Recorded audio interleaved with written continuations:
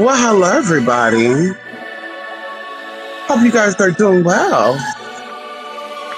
Happy 4th of July. Now, I don't know what y'all did today, but a lot of places were closed today. And so I couldn't make up my mind what my taste buds was wanting. And I was like, I want hummus, I want pita chips. And I was like, you know what? I'll get some pizza. No, girl. Anyway, so I finally ate. And I don't know, y'all, when it's hot, I tend to not have an appetite. Like, I don't want to, you know, pig out. Like, I can still have my hot Cheetos, my Snickers, my Kit Kat, my Reese's peanut butter cup still, I can still have stuff like that. But eating a meal, girl, And even when I was younger and shit too, y'all, like barbecues and shit, I'm like, oh girl, just give me, a spoonful of potato salad, maybe, maybe some Boston, not Boston baked beans, maybe some baked beans, and maybe corn on the cob, some Brussels sprouts, asparagus, and just give me like a piece of meat. And then they have fruit salad. I will pick the fuck out of that fruit salad. The fruit cocktail, and they'll put like watermelon and stuff in it. Oh my God. And y'all, now we even have like Picasso melon. We have Tuscan melon now. We got all these exotic melons now, y'all. Honey melons. Very good. Lemon drop melon. So, yes. So, y'all, anyway, so if you check out the blogs that I'm trying to be very consistent with you on, okay? And of course, it's not trying to be consistent.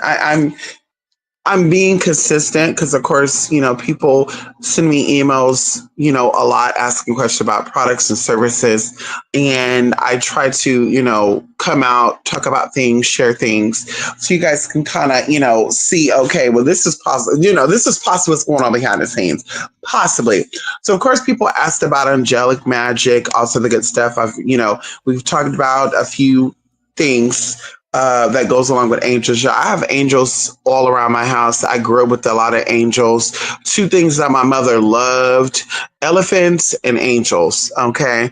And so I have angels and different angels, not, the 7 traditional angels. I have other angels, right? What they say, the 7 archangels. And so either way, we've talked about angel magic before. We've done stuff like that, and I always tell people this too, especially for for beginners. Don't get confused with the word magic. Don't get don't take that word and assume it automatically means candles, crystals, and all that good stuff. Magic is using or manipulating energy. Right. And so anything you do, habitually, regularly is considered a ritual, which means it's a magical process to, right? Because the rituals help to change or manipulate the energy or the frequency, that's why it's called magic. And so, of course, there's different definitions of that. But like I said, for the beginners, don't get caught up in the word magic, like, because, you have, you do magical things, consistently. Some of you every Friday watch movies every day. I don't know if everyone does this, but you wake up, you brush your teeth, you wash your face, you go about your business. Maybe some people even what they call shit, shave, and shower. There's a magical process to a lot of things that we do, and of course, this prepares us for something to come. And so do I. With that, so I do have on the blog spot an angel atonement class. Of course, this is at the end of the month, the beginning of August. And of course, this is going to be, to be announced because, of course, this was brought up to me from one of my people. And they say, hey, you should offer a class on this. One of my, supporters who's, been there. Shout out to you. Come on, Wonder Medic. They asked for a class, and I want to introduce that class in a special way because this energy is so special. And so I want to introduce this class in a special way. So when, if she goes to the blog site, don't be like, bitch, you got these classes up here before these other classes. And yeah, Okay, so there's a special way, and it will be out around the same time, so you know what it is, but everyone else don't know what it is. Okay. The other class is geomancy flow, and of course, this is earth related crystals. Most importantly, crystals, because of course, when it gets into geomancy, it's crystals and it's some herbal stuff too. But we're getting into crystals, and the multi-purpose use of crystals, and how you feel the how would I say it? How you feel the effectiveness of the crystals. And so, people just think that, it's about having a crystal on you, carrying a crystal, having a crystal by your bed. But there's so many processes too, or some of the things you could do with crystals that are simple yet effective. And so, of course, that, event will go more so along the lines of cleansing, activating, charging up, and as well as personalizing, right? People don't understand, but there's a crystal for everything. So that means there's a crystal for every person. And depending on your personality, your frequency, however, there's a crystal for you. And so I will break that down. And of course, there's two options for that. And like I said, you guys can check that out, when you're ready. Shout out to those of you who signed up for the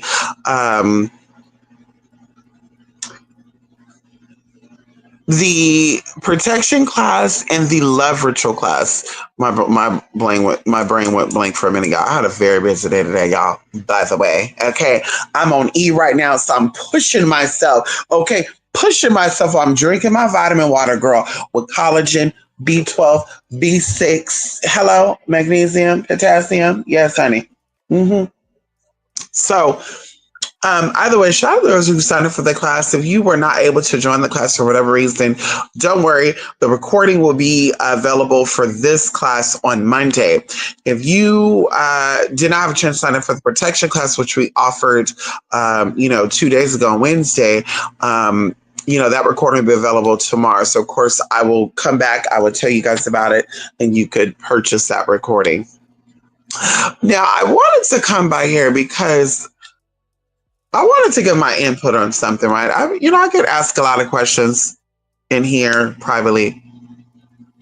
And, a lot of the questions I'm asked, I just answer them privately. I don't really care to come out publicly and answer the question because I feel like maybe it's not needed. Maybe I don't have to, or maybe everybody else don't want to know, what they call it, TMI.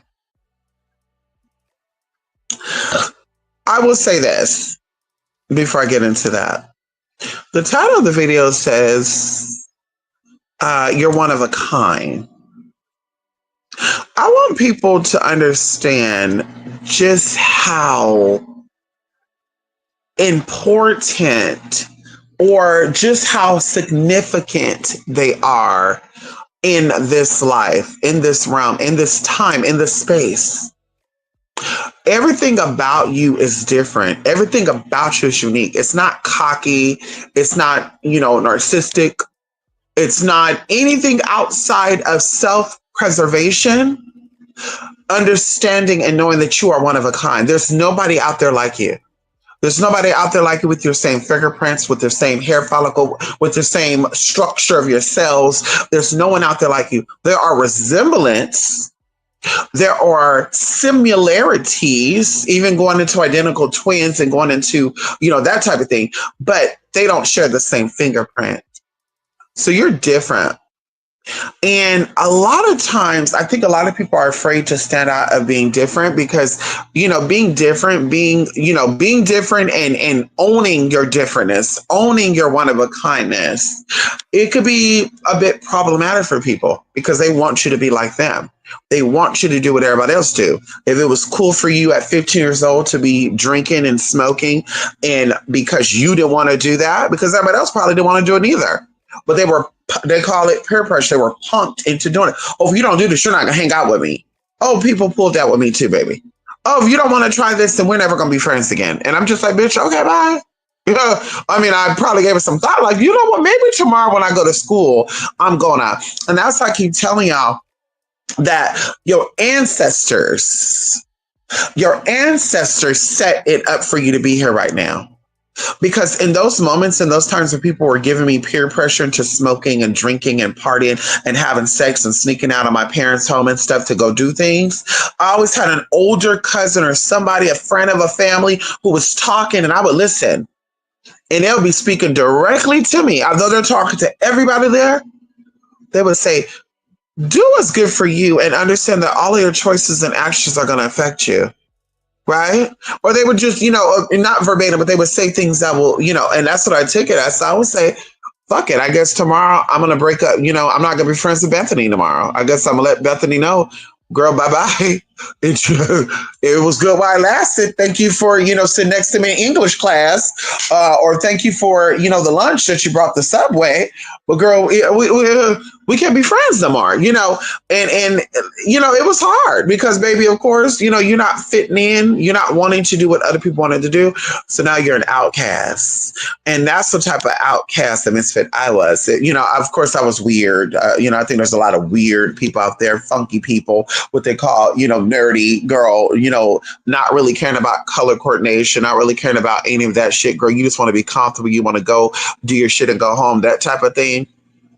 But, not really folding in and being what other people want to be. So like I said, I was okay of being, looked at as being weird because I didn't want to copy everybody. Like, you never tried weed. And this is even like in high school and shit too, right? Oh, you never did that? What? You're square. You're corny. Okay, bitch, I'm corny. Of course I would cry about it and be like, I can't believe they called me corny. Ooh, whatever. I got over it, bitch. I didn't give a fuck. And guess what? Those people that were doing that shit, girl, they're either dead right now or they're in prison. Two of my high school best friends are 6 feet under right now. And that's where I'm gonna leave it at. And so either way, you're unique. You're one of a kind. Do things because you want to do it. Don't ever do anything because someone wants you to do it. And of course, even as an adult, people are like, oh, this is what you will be talking about to a kid and this and that. Yeah, but there's adults that follow the trend for other things too. They let people dictate them and make decisions for them, and then they think they're making their own decision when they're really not. So you are one of a kind. You are different, and even if it means losing friends or even a lot of money, so be it. Can we talk about it? Now that's going to be a segue into what I'm talking about right now. So you guys know I was in the, I was asked a question about a trans person in particular and a woman in particular, right? And I love this woman, by the way. And I guess they had like a podcast. I watched, the episode when it was going on, and I thought there was some weird shit going on anyway. I was even telling one of my people, I was like, yeah, the energy on that stage just looked weird. Even like while it was going on, before we got the shocking tea. Right.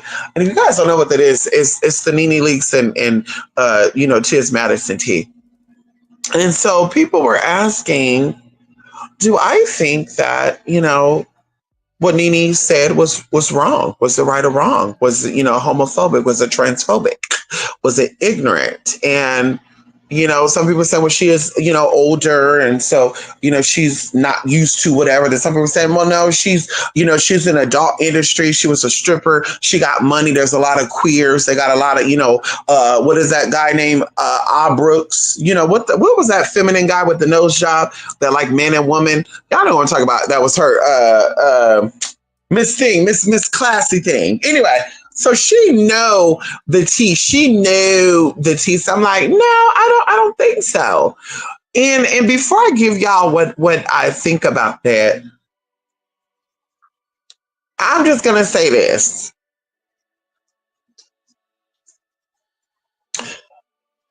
People are always comparing people to other people, whether they knowingly do it or it's unintentional. People are always comparing people to other people. And sometimes people look alike, sometimes they don't look alike. And so either way, going into like even being, let's say, something so rare, something that was once considered a phenomena, someone who is, two, what they call it, two in one. female at the top, male at the bottom, if you want to say it in layman's terms. That was a rare situation. That was a rare thing up until like 2015, 2016. And so either way, people were, seeking it, known and unknown. And of course, they've always sought after it, but I'm just saying. And so even like when one person would leave out because they're maybe getting older, they're retiring, other people would be scouting for their similar, say, oh, I'm going to make you just as big as whatever. And so I had to remind myself in these experiences where I was like, girl, you just can't do it because money's attached to it. Girl, you can't do some weird shit. Like, y'all, like, I'm not even going to get into tea and all that, but there was a lot of offers. There was a lot of discussions about a lot of things. And I'm just like, yeah, but I gotta be able to give out something, when it's time for me to settle down. I have to be able to have something for my man. I got to be able to have something for my husband, my king. I got to have something. And so either way, I have to remind myself, right, that I'm different. I have to remind myself that a lot of people take opportunities and they do things. And I call this a sellout. We had a conversation before. Someone I know, they do not care for Tyra Banks because of the Tyra Banks episode, Tyra Banks supermodel TV show, and all these people came out. I mean, girl, I won't even get into that because listen, my opinion about somebody can't be based off of other people's experience with that person.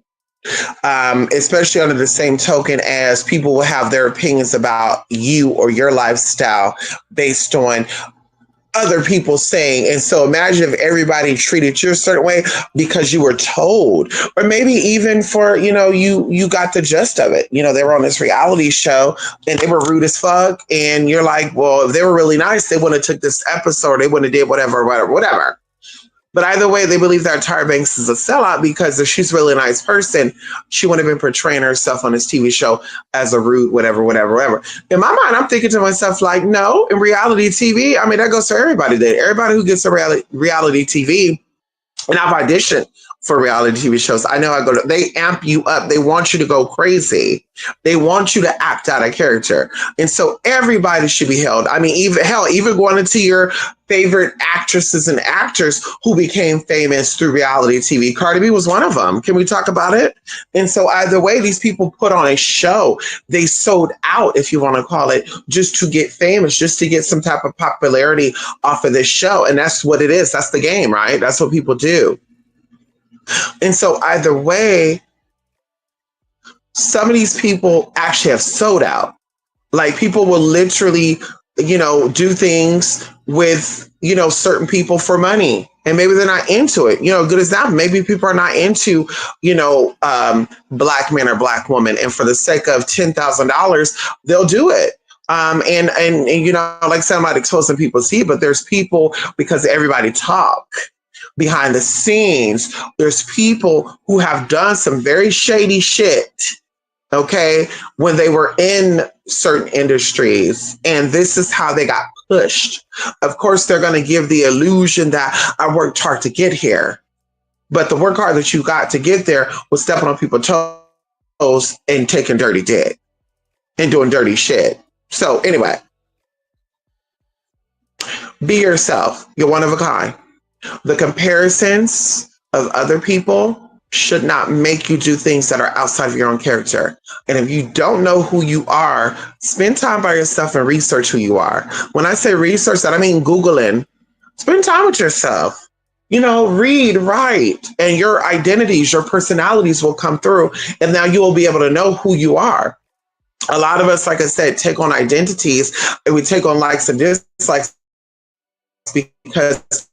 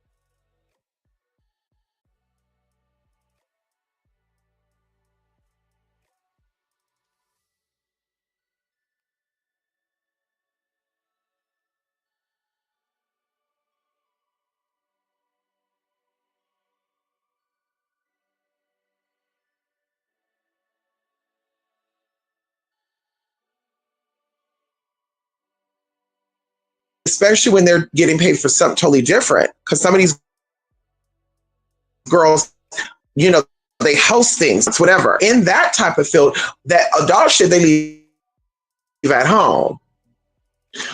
When they're about, like I said, around people who knows the tea, but we're not the clients, they're not talking about this shit. T.S. Madison is always talking about what they got and how they got it. And it's just like, girl, nobody want to hear. I know I don't.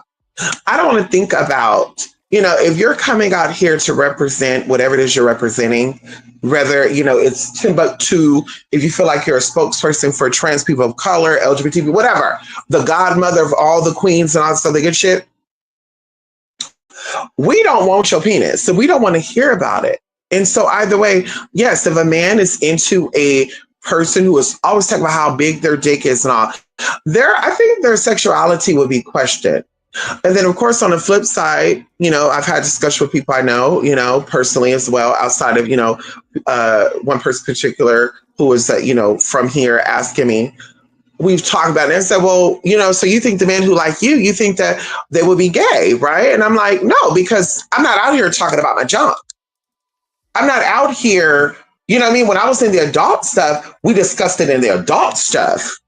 It was these sick ass, perverted ass, sexually traumatized ass black basic witches who brought my shit out and was trying to do shit. I never came on here and promoted that shit. I could have.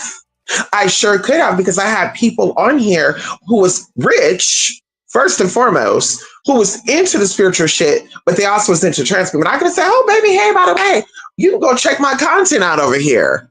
I could have did that, but I didn't because I wasn't in that energy. And so for me, it's like, yeah, if a trans person is alleging that they want to be treated as a woman, but outside of their business, because baby, for pay, you could be called a black bitch. For pay, you know, when it comes to that stuff, girl, there's a lot of things that go on that you wouldn't do in your everyday life. We're not judging you because you're getting paid for that. And that's a private line. That's a little private type of tea. But when you come publicly and you're talking about that, what straight man is going to be like, I want to go after this girl, even though she says she got a big penis and her penis might be bigger than mine? What straight man is doing that? Yeah, I said it, and I will continue to say again, a man who's openly seeking a chick with a penis, who's openly seeking that, and they want the world to know that they're into that, or even they don't want the world to know, but it gets exciting to them when they know that a girl got a big D. Oh, girl, they're not straight. They're curious or something.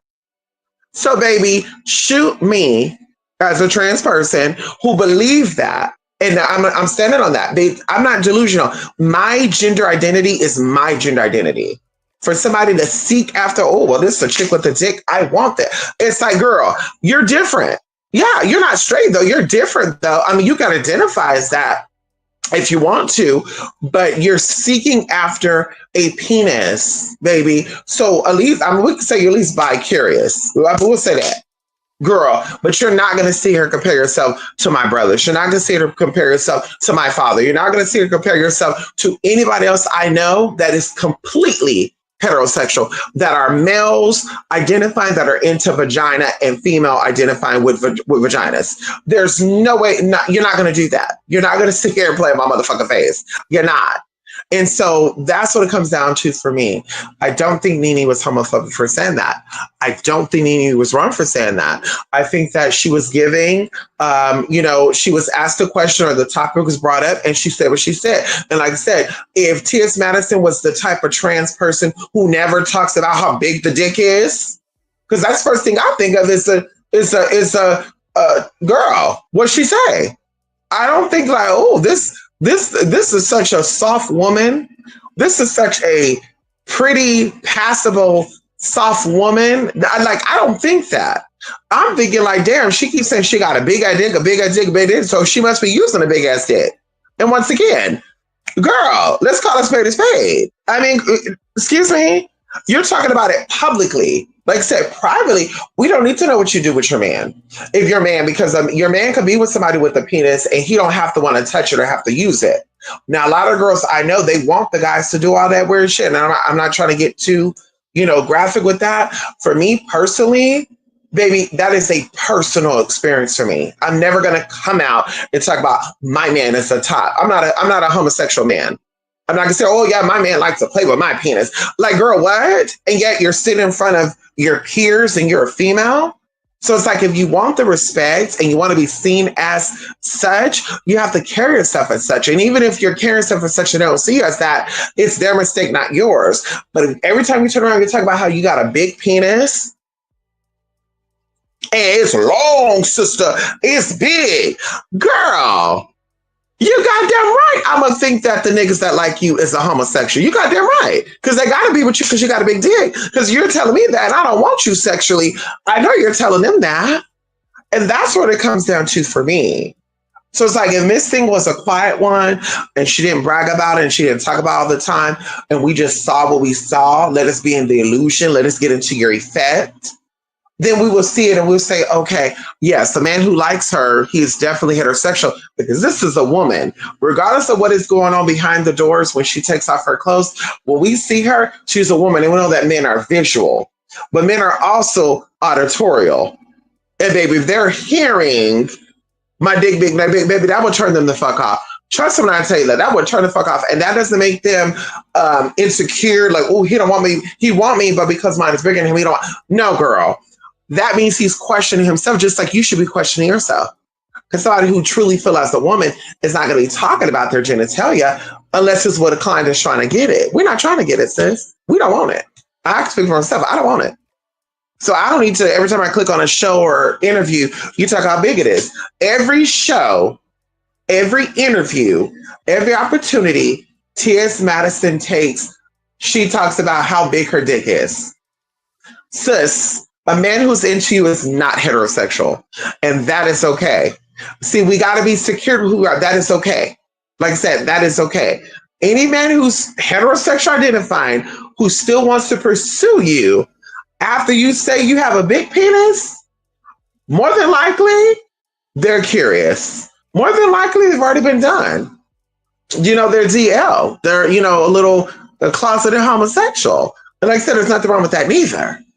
But like I said, mama's not soft about it. Mama doesn't keep it a secret, you know. And I know a lot of girls that are older than T.S. Madison that are 50 something years old, 62 years old, who's still pre-op, and you would never know it. You would be thinking about it, like, are they or are they not? Like, you'll be like, I'm not sure. And like I said, that's how it should be. It's called the secret girls for a reason. And even going into like men, like a lot of men who are curious, a lot of men who are mentally stable and curious, like I said, they want that to be a secret. They want to role play like you're a cisgender woman, and they got shocked when they found out that you're not. They like to role play that in their head. That goes over and over in their head, girl. So that whole, you're letting know, like, no, girl. You are, yeah, like I said, any man that's down with you, he's definitely curious of the penis. And we know that, you know, a man who likes the penis, let's call a spade a spade, whether it's on a woman or a man, he's a little curious, or he's all the way gay. He's totally, or he's curious. And like I said, that is okay. There's nothing wrong with that. Be comfortable who you are. But see, that's another thing too I keep talking about. A lot of people are not comfortable with who they are. Like I said, who I am as a person, who I am privately with myself. In private discussions, we don't talk about genitalia. In private discussions, I don't like talk about me being trans. I don't like to be trannies. You know how it's trannies. Like, girl, that irks the hell out of me. Baby, when you're, and I've heard people have conversations, I never see Black women sit up and talk about how they're Black women and their vaginas are wet. Like, I've never heard that. I've heard men talk about, and I've heard men make jokes about their penis or their genitalia with other men, or, you know, dick wad or dick sucker, whatever. I've heard that, but I've never heard women, like I said, sit here and be like, oh girl, you know my vagina's wet. Oh girl, you know, it's not, like, girl. Or even, like I said, just a random conversation, like that will come off as weird. That will come off as perverted. So it's like, as a person of trans experience, that'd be the same thing, girl. Why are we talking about genitalia? Why are we talking about, you know, what we got going on, especially if you're not sleeping with me? Like, why are we having this? And if you're not a client, why are we having a discussion about what I got going on? Like, that's just awkward for me. Like I said, I don't know. It's very awkward. It's very uncomfortable for me. And I'm very secure to who I am, by the way. I was one of those girls who was, born with a particular experience, who went to therapy, who went to doctors. And like I said, I'm very confident, secure with who I am. I can wake up to myself without makeup on, without clothes on. I go to sleep to myself without makeup on, clothes on. I don't have to have people around me. I don't have to have people to validate my experience. Listen, you clock it, you don't. That doesn't fill me up. Right? My experience is my experience. And that's what it comes down to. And so, of course, I know even going into the T.S. Madison situation, they've had interviews before with like Advocate Magazine and stuff where they mentioned that they became a woman because they wanted to emulate their mother. So it's like, see, that's a whole nother experience as well. But because you're coming to the world as a trans person, now people are treating you as a trans person. They're categorizing you as a trans person, which of course, if that's what you identify, that's what you identify as. Me as a trans woman, I'm not saying I became a woman to emulate my mother. I'm not saying that at all. We're two different personalities. We're two different ways. I grew up with a lot of women, just as well I grew up with a lot of men. Our personalities are very different. Our values are very different. You will not have me sit in a room with women or men and say that I act like my mama, my sister, my auntie, my uncle, my brother, my cousin, my dad, my stepdad. You're not going to see that. You're not going to hear that. I'm my own person. And so for me, like I said, I'm secure in who I am because I know who I am. A lot of people of this experience are not secure with who they are. So they're constantly seeking validation from other people. They're constantly seeking validation from other people. And if people are not validating their experience or people are not feeding into their illusion, now they're transphobic, now they're homophobic. Like I said, for me, if you're intentionally doing that, like you don't know me prior to my transition, you've never seen me prior to my transition, and you are intentionally saying blah, blah, blah, blah, that's when you get a motherfucking reading session for me. But if and like I said, because I don't talk about any of that. I don't sit here and talk about penis and none of that. I don't do that with y'all. We're not here for that.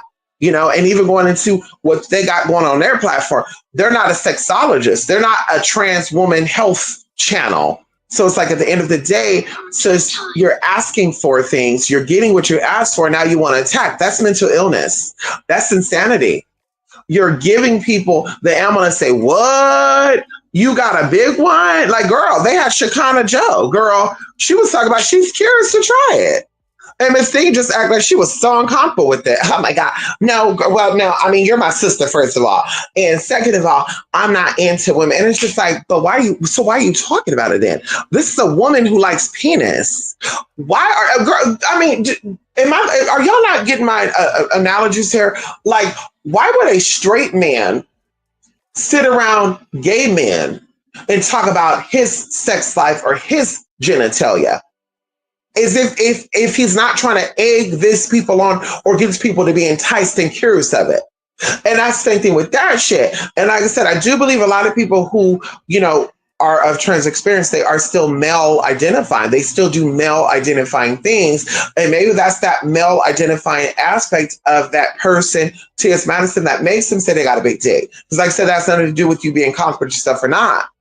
You tell that to your men who are trying to date you that you got a big dick. You don't tell that to the girls or the sisters or your brethren, because like I said, it comes off perverted, it comes off weird, it comes off scandalous. It comes off like, damn, you can't really trust this bitch around your wife because she might try to dick your wife down. Like, that's what it's given. And I'm just being honest. Like I said, we want to have respect. We want to have tolerance from other people, heterosexual people, people who are not knowing. Like I said, mama's an old school girl. So whatever is their mind. Well, yeah, there you go. And even I think Miss Thing said to TMZ, T.S. Madison, that she think that Nene still sees her as a man. I mean, girl, if you just said you got a big ass penis, I mean, girl, I would see you as a man too. I'm not going to say, oh, well, no, there's an exception because there's women out there with penises. What? Like I said, if this is your identification, you're walking in your identity. We're not asking you how big your penis is. We're not saying, hey, by the way, sis, we saw your porn, because of course I didn't. I'm not into chicks with penises porno. I broke up with guys. I've stopped talking to guys who like to see shit like that. No shade. I'm not into seeing that person. You can watch that on your own time, but when I'm with you, we're not looking at that. Okay, we're not looking at that, babe. That's not what I want to see. And that's where this idea where people think that, we down with them, that the trans girls are into everything. You're into guys, you're into girls, you're into cats, dogs. Yeah, that's where they start getting this weird shit from, because y'all be feeding into these fantasies and shit by the way y'all be talking. Like I said, I'm not enticing. I'm not trying to seduce. So we're not going to have those discussions. And like I said, Nene was definitely not in the wrong. I definitely stand with Miss Nene Leakes. I definitely stand with her and the people that have her mindset. Like I said, if Miss Tiz Madison was not out here talking about her porn that she allegedly retired from, and she went out here talking about how big her thing were, girl, like I said, I would be like, no, Nene was wrong, because Miss Thing didn't warrant, and she didn't ask for Miss Nene to talk about it. But because Miss Thing did warrant it, Miss Thing did want it, Miss Thing did bring it up, because Nene didn't say, hey, how big is you, man? I said, like, girl, that was never the question. And then it's no, sister, because he walk in his room, he gonna see both of us. And like Miss Nene said, she didn't lie. Did she fucking lie? Huh? She said, baby, it's because he didn't know. If a man entered this room and he's heterosexual and he sees both of us, he's gonna like both of us because he don't know. But the minute you open your mouth and say you a big dick penis girl, he gonna say, nah, bro, I can't get down with that. And you know that. So it's like, girl, stop with the bullshit, girl. And I say, y'all, listen, these people be pissing me the fuck off. Like, girl, stop with the delusions. Stop with the fake ass shit. Girl, call a spade a spade. You're comfortable in having your penis and talking about your penis. Be comfortable with people still calling you bro, sir, and nigga. Be comfortable with that. We're not gonna, girl, we can't have our cake and eat it too. Think about it. Girl, you cannot go out with blue makeup on and tell people that you're wearing orange. And they're like, no, you're wearing blue. No, bitch, I'm wearing orange. Like I said, girl, fuck out of here. Yeah, and I don't know if it be the silicone. I don't know if it be the surgeries. I don't know if it be, girl, because like I said, I don't got to say, well, we can't say surgeries because I've had surgery. But I don't know if it's the silicone that eat up these girls' brain cells. I don't know if these girls be dipping dabbing on drugs. If they done drugs before, is it the Percocets? Is it the painkillers? Like, I don't know what it be, but it be like, girl, are y'all listening to what y'all saying? Are y'all hearing what y'all saying? Are you hearing what you're saying, sis? Like, we're not going to sit here and be fake with it. Are you hearing what you're saying? If you want to be respected as something, carry yourself as something. I have people, by the way, who changed my motherfucking diapers. I have people that gave birth to me, and they don't see me as anything other than a motherfucking daughter. You know why? Because I carry myself like a fucking daughter. Bitch, that's why. They're not going to see nothing else. They're not going to see me act. They're not going to hear me talk about nothing else but being a motherfucking daughter, being a motherfucking auntie, being a motherfucking niece, being a motherfucking... That's what the fuck it's about. So you're not going to sit here and play the uncle role but want to still be called auntie. Baby, that doesn't happen in real life. And like I said, stop trying to chastise people and read people down who don't see it for you if you're giving off auntie, uncle vibes. Because like I said, you can be pretty and passive all day long, babe. It's your mannerism. It's your mannerism. This is how you carry yourself. If you look up what a woman is, and we can look it up right now, the definition, okay, is mannerisms. Can we get into it right now? Because baby, listen, I like to read with motherfucking class and motherfucking education. And like I said, I'm sick of it. I'm sick of the bullshit. Do you got people looking at me like so you're not a girl's type of girl. Excuse me? No, bitch, I'm a right type of girl. I like the truth. I like the right. I like what's direct and like what's fucking real, baby. Don't sugarcoat, don't cookie cut. Bitch, if I'm out here with a beard and mustache, I'm out here rocking boy clothes, I'm out here letting my shit hang and wang, and I'm out here talking about, I got a big dick. Bitch, you should call me fucking sir. I'm not going to be offended by that because that's what I'm giving you. The fuck? The hell? Girl, I would be twisted up in my own motherfucking head if listen, I'm looking in the mirror and I know what is male, I know what is female. And I'm sitting there telling the world, no, I'm female. But yeah, in front of this mirror, I'm letting my beard grow out. I'm letting everything hang low.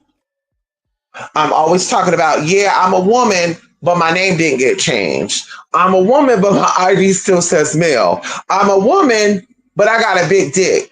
Like, wait, what? In what realm? What reality is this? Now, if you're, like I said, if you are of, because I want people to hear me out. If you are somebody of trans experience and you are carrying yourself as such, you know, but like, girl, that's not your discussion. Your everything is switched over. You're never discussing your dead name or your dead gender, regardless of you being in the porn industry or not. Definitely, people should respect you. They definitely should respect you for being who you are. Definitely. But like I said, if you're out here giving them reasons to call you that and they're calling that, why y'all mad? That's not transphobic. Because a tranny wouldn't even came out and talk about how big their dick is when people are not interested in how big their dick is. That's what a tranny would have done. Now a gay boy would. Yeah, gay boys like to talk about. That's why a lot of women want want a gay boy. Gay boys like to talk about how big their dick is. They like to talk about how tight their booty hole is. Yeah, it enticed the straight man who want booty to get into it. It enticed the woman who like penises to want to get some of that. That's why you got these women, turning into men to get gay dick and shit. Hello, hate to say it, but that's what it is. They're curious, and then they're thinking about it too. Like this is a virgin because this boy never had a woman. So I can get me some virgin ping by acting like I'm a man and telling I'm a bottom. Imagine that. I'm a person who's born a woman. I don't take hormones. I haven't had any surgery, but I'm a bottom. And I'm on a gay app looking for a gay boy to top me. That girl, listen, they won. That's a bitch. That's a fucking lottery, girl. I can't even hit on that. Hello, hello. Can we talk about it? That's a fucking lottery, honey. Let me get into this really quickly. Hold on.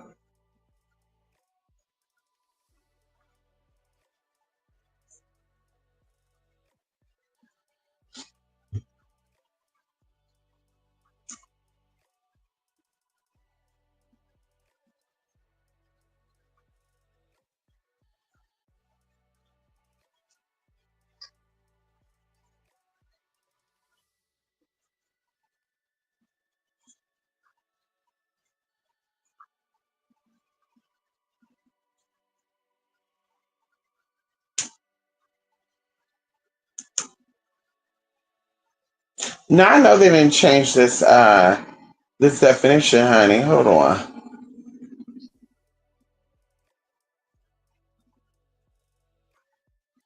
Oh,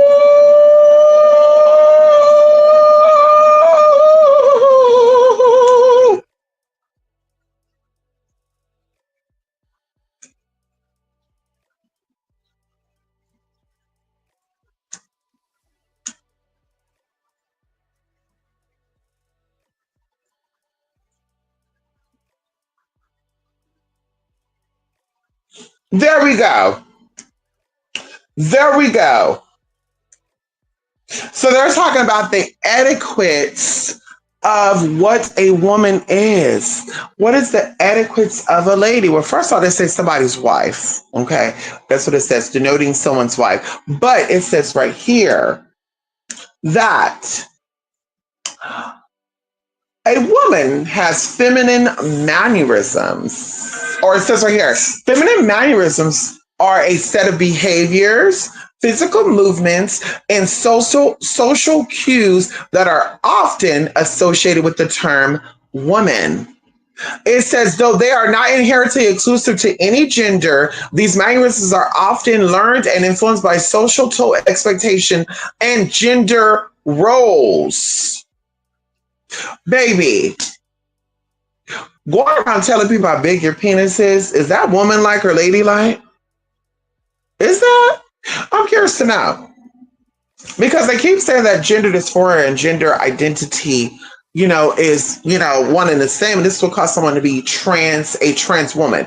Not trans, not non-binary, but a trans woman. So it's like, baby, transphobic, I think not. I think not. And I even think going into the word transphobic, I think it said something about slurs and stuff. Well, let's pull this up. Transphobic. Because, baby, I could be very transphobic then, baby. That's the fucking case, and I don't give a fuck. It says, having or showing dislike of a strong prejudice against transgender people. Bullying is commonly underpinned by sexist, homophobic, or transphobic attitude.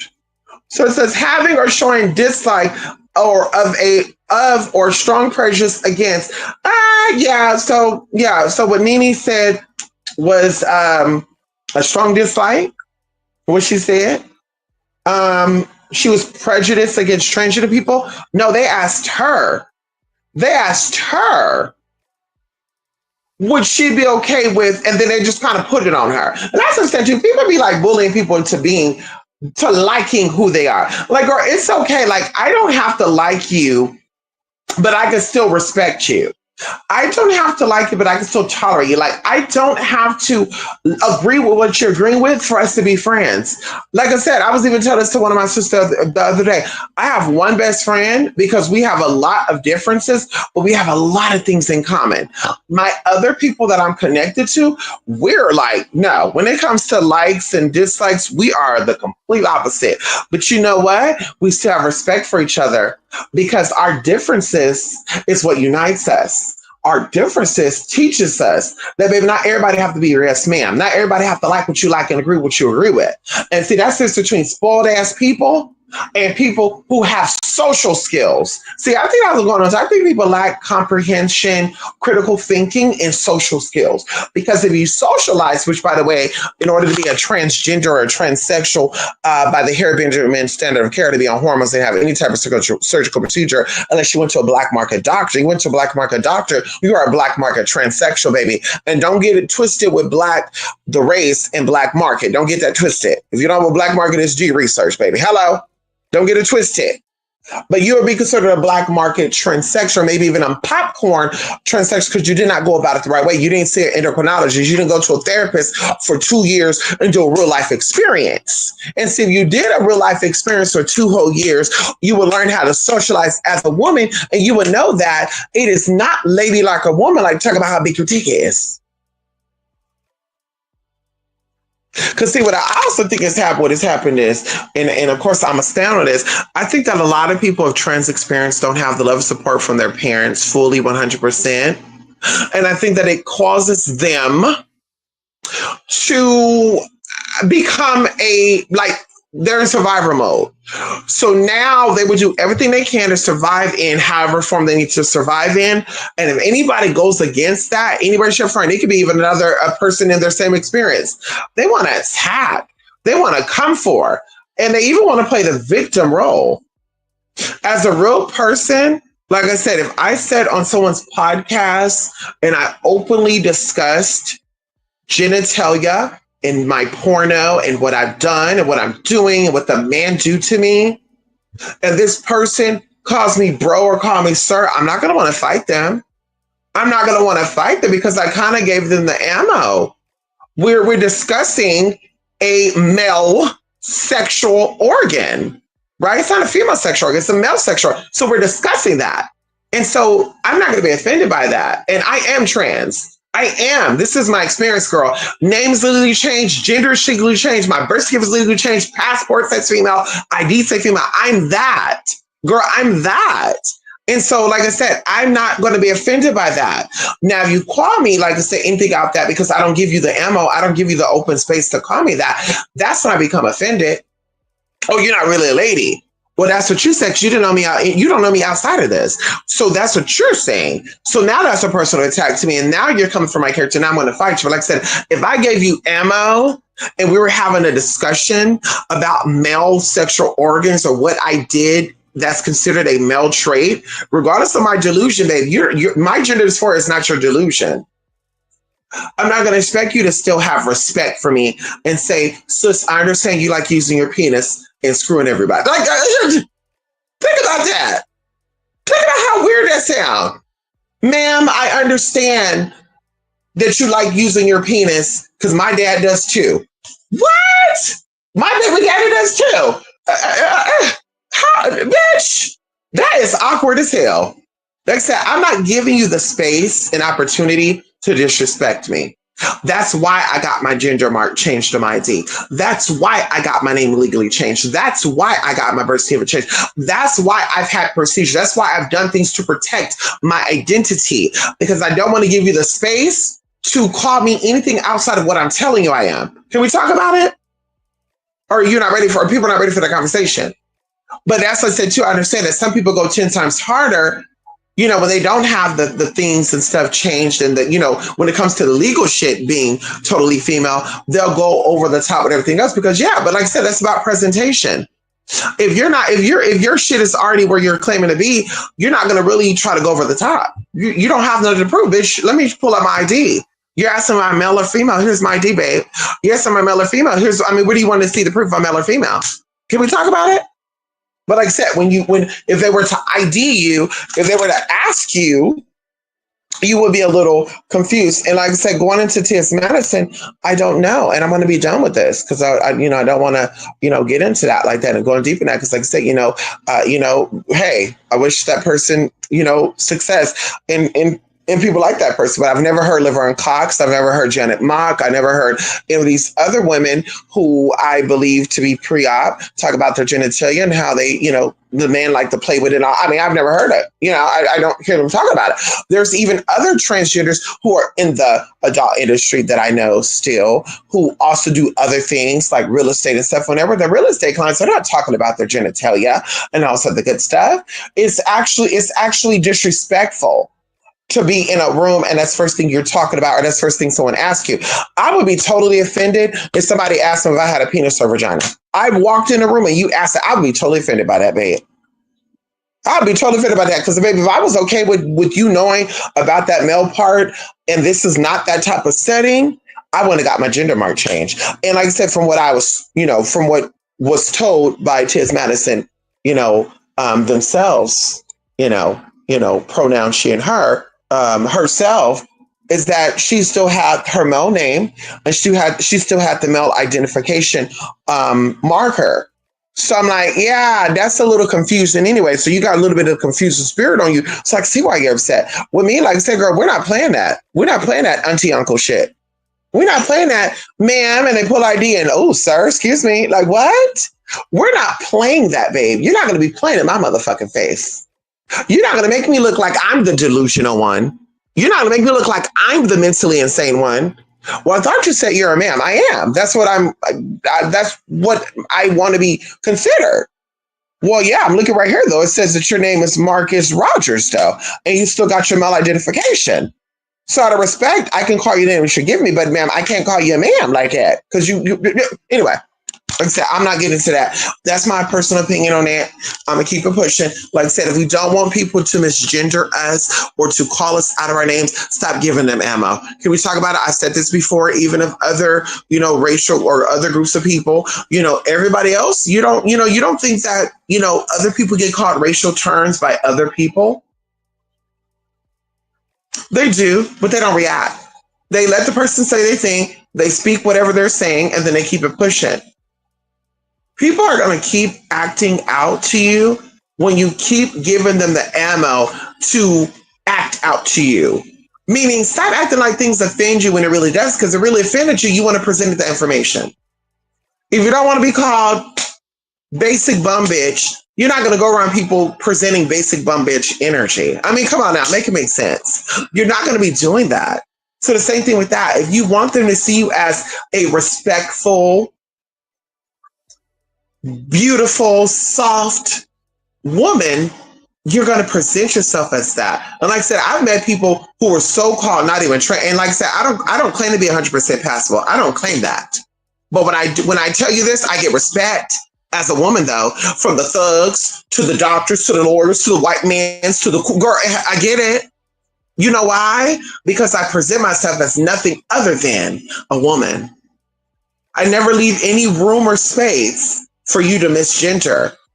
And if you do, and like I said, there's people that were not so-called LGBT friendly.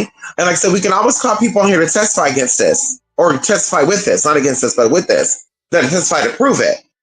That I've met people who was not trans friendly, who was not into trans people, baby, and they were like, ma'am, miss. And even when people said, well, this is a trans person, they were like, well, I don't got to talk to her. They were still calling me her. And then the other people were like, well, that's confusing because when they met me, they were calling me him. And they were saying he and shit. It's like, but you were presenting them that energy. And these are women that are more powerful than me. I told you a story about even a virtual situation where there was a group of girls that were trying to bring me to the group, and they were like, "Don't tell nobody that you're trans because they're gonna come for you, and we don't want you to get your feelings hurt." And I'm going in this group and I'm being myself, y'all. I'm not even trying to be overly hard. I'm not trying to serve nothing. I'm in here cooking.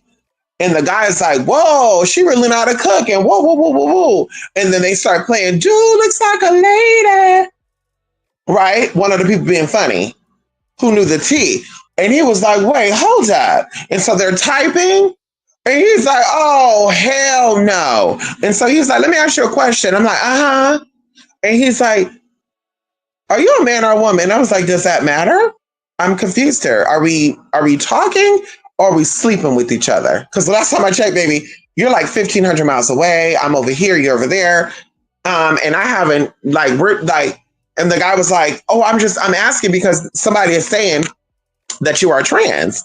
And I was like, well, who's saying that? So I can cuss the ass out right now. And then he's like, this guy. And he's like, and this girl too. And that's when he exposed one of the trans girls.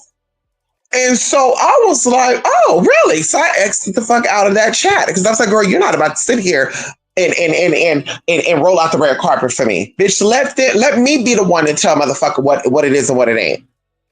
Girl, this motherfucker hit me up on the back end and he's like, I got respect for you. And then bam, started telling me, yeah, I'm gonna be honest with you, I got arrested before in New York for fighting a trans person. I'll be honest with you, I got a trans person fired. I was a manager at this, and of course, I'm like, oh, this is fucked up. But of course, I wanted to know the stories. Like, so what made you do this though? Because you don't appear to be trans attracted. You don't appear to be any type of like insecure about who you are. And he's flat out said it. He said, no, this one in particular in New York was being very disrespectful. After I let this person, I was not down with that. I was not into that. They kept alluding that I was, and I knew, and I really wanted it, and I didn't. So he's like, I fucked the bitch up. And then the person that got fired, same thing. He said the person kept hitting him, and I kept saying, yo, respectfully, I'm not whatever. They kept doing it. They even like suspended the motherfucker for sexual harassment. And then the person came back, did the same thing. And then they tried to get him for trans hate. And then the motherfucker was like, no, you're getting fired because you're sexually assaulting me. And even after I suspended you, and like I said, he showed me all the proof and everything. So the girls were gagging, and that's when they became my enemy. I didn't become their enemy. I didn't make them my enemy. I became their enemy because the motherfucker, they wanted him. And because he was, what's your number? And then saying, now it's, oh, she must be like, wait a minute. Why would he want her though? Wait, what? I'm confused here.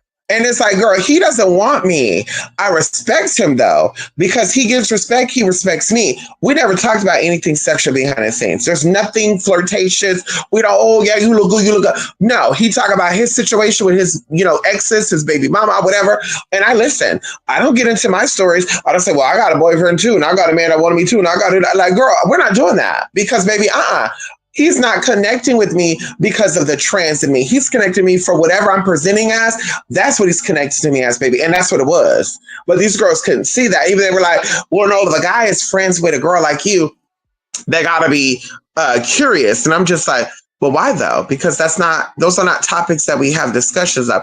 I don't come across as I'm trying to seduce a man. I come across very confident. I come across as myself. But I'm not here to be like, baby, look at my titties. Oh, you want to see it? Like I said, now that right there will get somebody to disrespect you and not want to fuck with you. That right there will get somebody to, mollywop your ass. Yeah, that'll get that. Like I said, I'm minding my business, babe. I'm doing my thing. Baby, I'll even try to get out the way. Like, oh, no. I don't want no problems, baby. Let me step over here.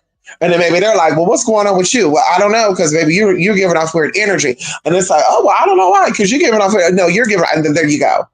So like I said, it's about what you present as. And that should be normalized. Let's normalize what we're presenting ourselves as, and people are seeing it as that. Let's stop normalizing weird ass, insane shit to where you're presenting yourself as a fucking peanut. Everybody knows the fuck a peanut is, and you want to fight when people say you're fucking pecan. Like, girl, we know what a fucking pecan and a fucking peanut look like. And if you were really a peanut being disguised as a pecan, you would carry yourself as a fucking pecan. Can we talk about it? A pecan. If you want to say pecan, bitch, that's your tongue. But girl, we're not about to sit here and play games with calling peanuts pecans and you're not even presenting yourself as a fucking pecan. Can we talk about it? You're looking like a peanut, or you're looking like a busted ass fucking I don't know. I don't know what you're looking like. Olive? I don't know. Girl, we're not about to sit here and fight these people. And now we're gonna embarrass this woman for speaking her mind. And then of course you're creating problems with people. You're not creating allies. You're creating more people to say this is why we need to get rid of the LGBT. This is why we need to get rid of the T. They already said they're trying to get rid of the T anyway, girl, in the whole LGBT. See, I wouldn't mind that because, baby, I don't go to y'all shit anyway. I wouldn't mind that. Baby, that's like a her to break me, honey. I don't go to no LGBT P flag and shit, girl. Hello? Girl, excuse me? Girl, I don't be out here, seeking out. Let's go to an LGBT club and shit. Girl, I go where I want to go. Honey, I go wherever I feel comfortable, and I don't feel comfortable in a lot of places like that because those people be hateful ass, nasty ass people. Anyway, okay, hello? I've heard the stories, girl. Honey, hello? I've heard the stories. I've seen the videos. Girl, I used to watch Barbara and Throwback shit. They were throwing tables and shit at women and shit. Can we talk about it? Girl, Girl, I'll be in jail because I wish somebody would pick up and throw a chair at me, girl. That'd be one. That'd be one. Oh, you won't be picking up and throwing a chair again? Hello? And that's on Jesus, bitch. Excuse me. That's on my ancestors, girl. Okay. So anyway, that's pretty much it. Hey, Debbie. How you doing, Debbie? Don't forget to like tweet us. Thank you, Debbie. Thank you so much for that, Derry. How are you doing? Hope you're doing well, Debbie. I'm thinking about changing my gender mark to other. Well, you can actually put neutral. See, that's the gag about it. Can we talk about it? So, see, back in the day, Debbie. So because I'm gonna be getting back into my femdom shit. Hello. Can we talk about? I'm gonna get back into my femdom shit because that's something I'm trying to be doing anyway at the end of this year. And it's going to take a lot of coin. And I said, baby, yeah, let me get into my femdom tea. Hello. I'm passionate about dominating, being ultra feminine and dominating certain type of men. Hello, people that are down for that. Can we talk about it? But I had a client, a client. We're going to keep it as that. A well-paid client, and I was, getting, tea from this client, T, when I say tea, money. Hello, can we talk about it? And either way, this client, we got in, and this relationship probably lasted only about 4 months, so that was the only downfall, because when it became the 5th month, these hormonal changes started kicking in, and Miss Thing wanted to be catty and nasty with me, and I don't play that. Bitch, I don't play disrespect and cattiness. Bitch, there's only one head bitch in motherfucking charge. It's only one. Baby, we don't play that tit for tat, natty that, didn't give a dog a bone type of shit. Okay?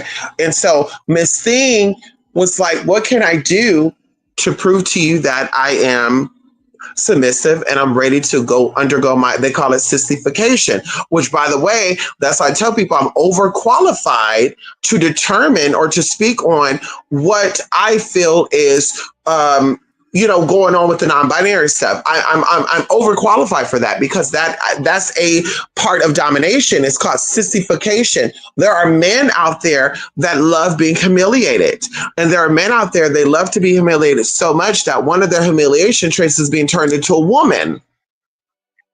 And so they enjoy being laughed at. They enjoy being pointed at. They enjoy being called ma'am, sir, and all this good shit. And they'll play that role like, oh my God, I'm so upset at it. But they love it. They go home and they do their thing. And So I know this for a fact. Like I said, I've had clients. I've had about 10 clients who I've helped transition for sissification purpose only.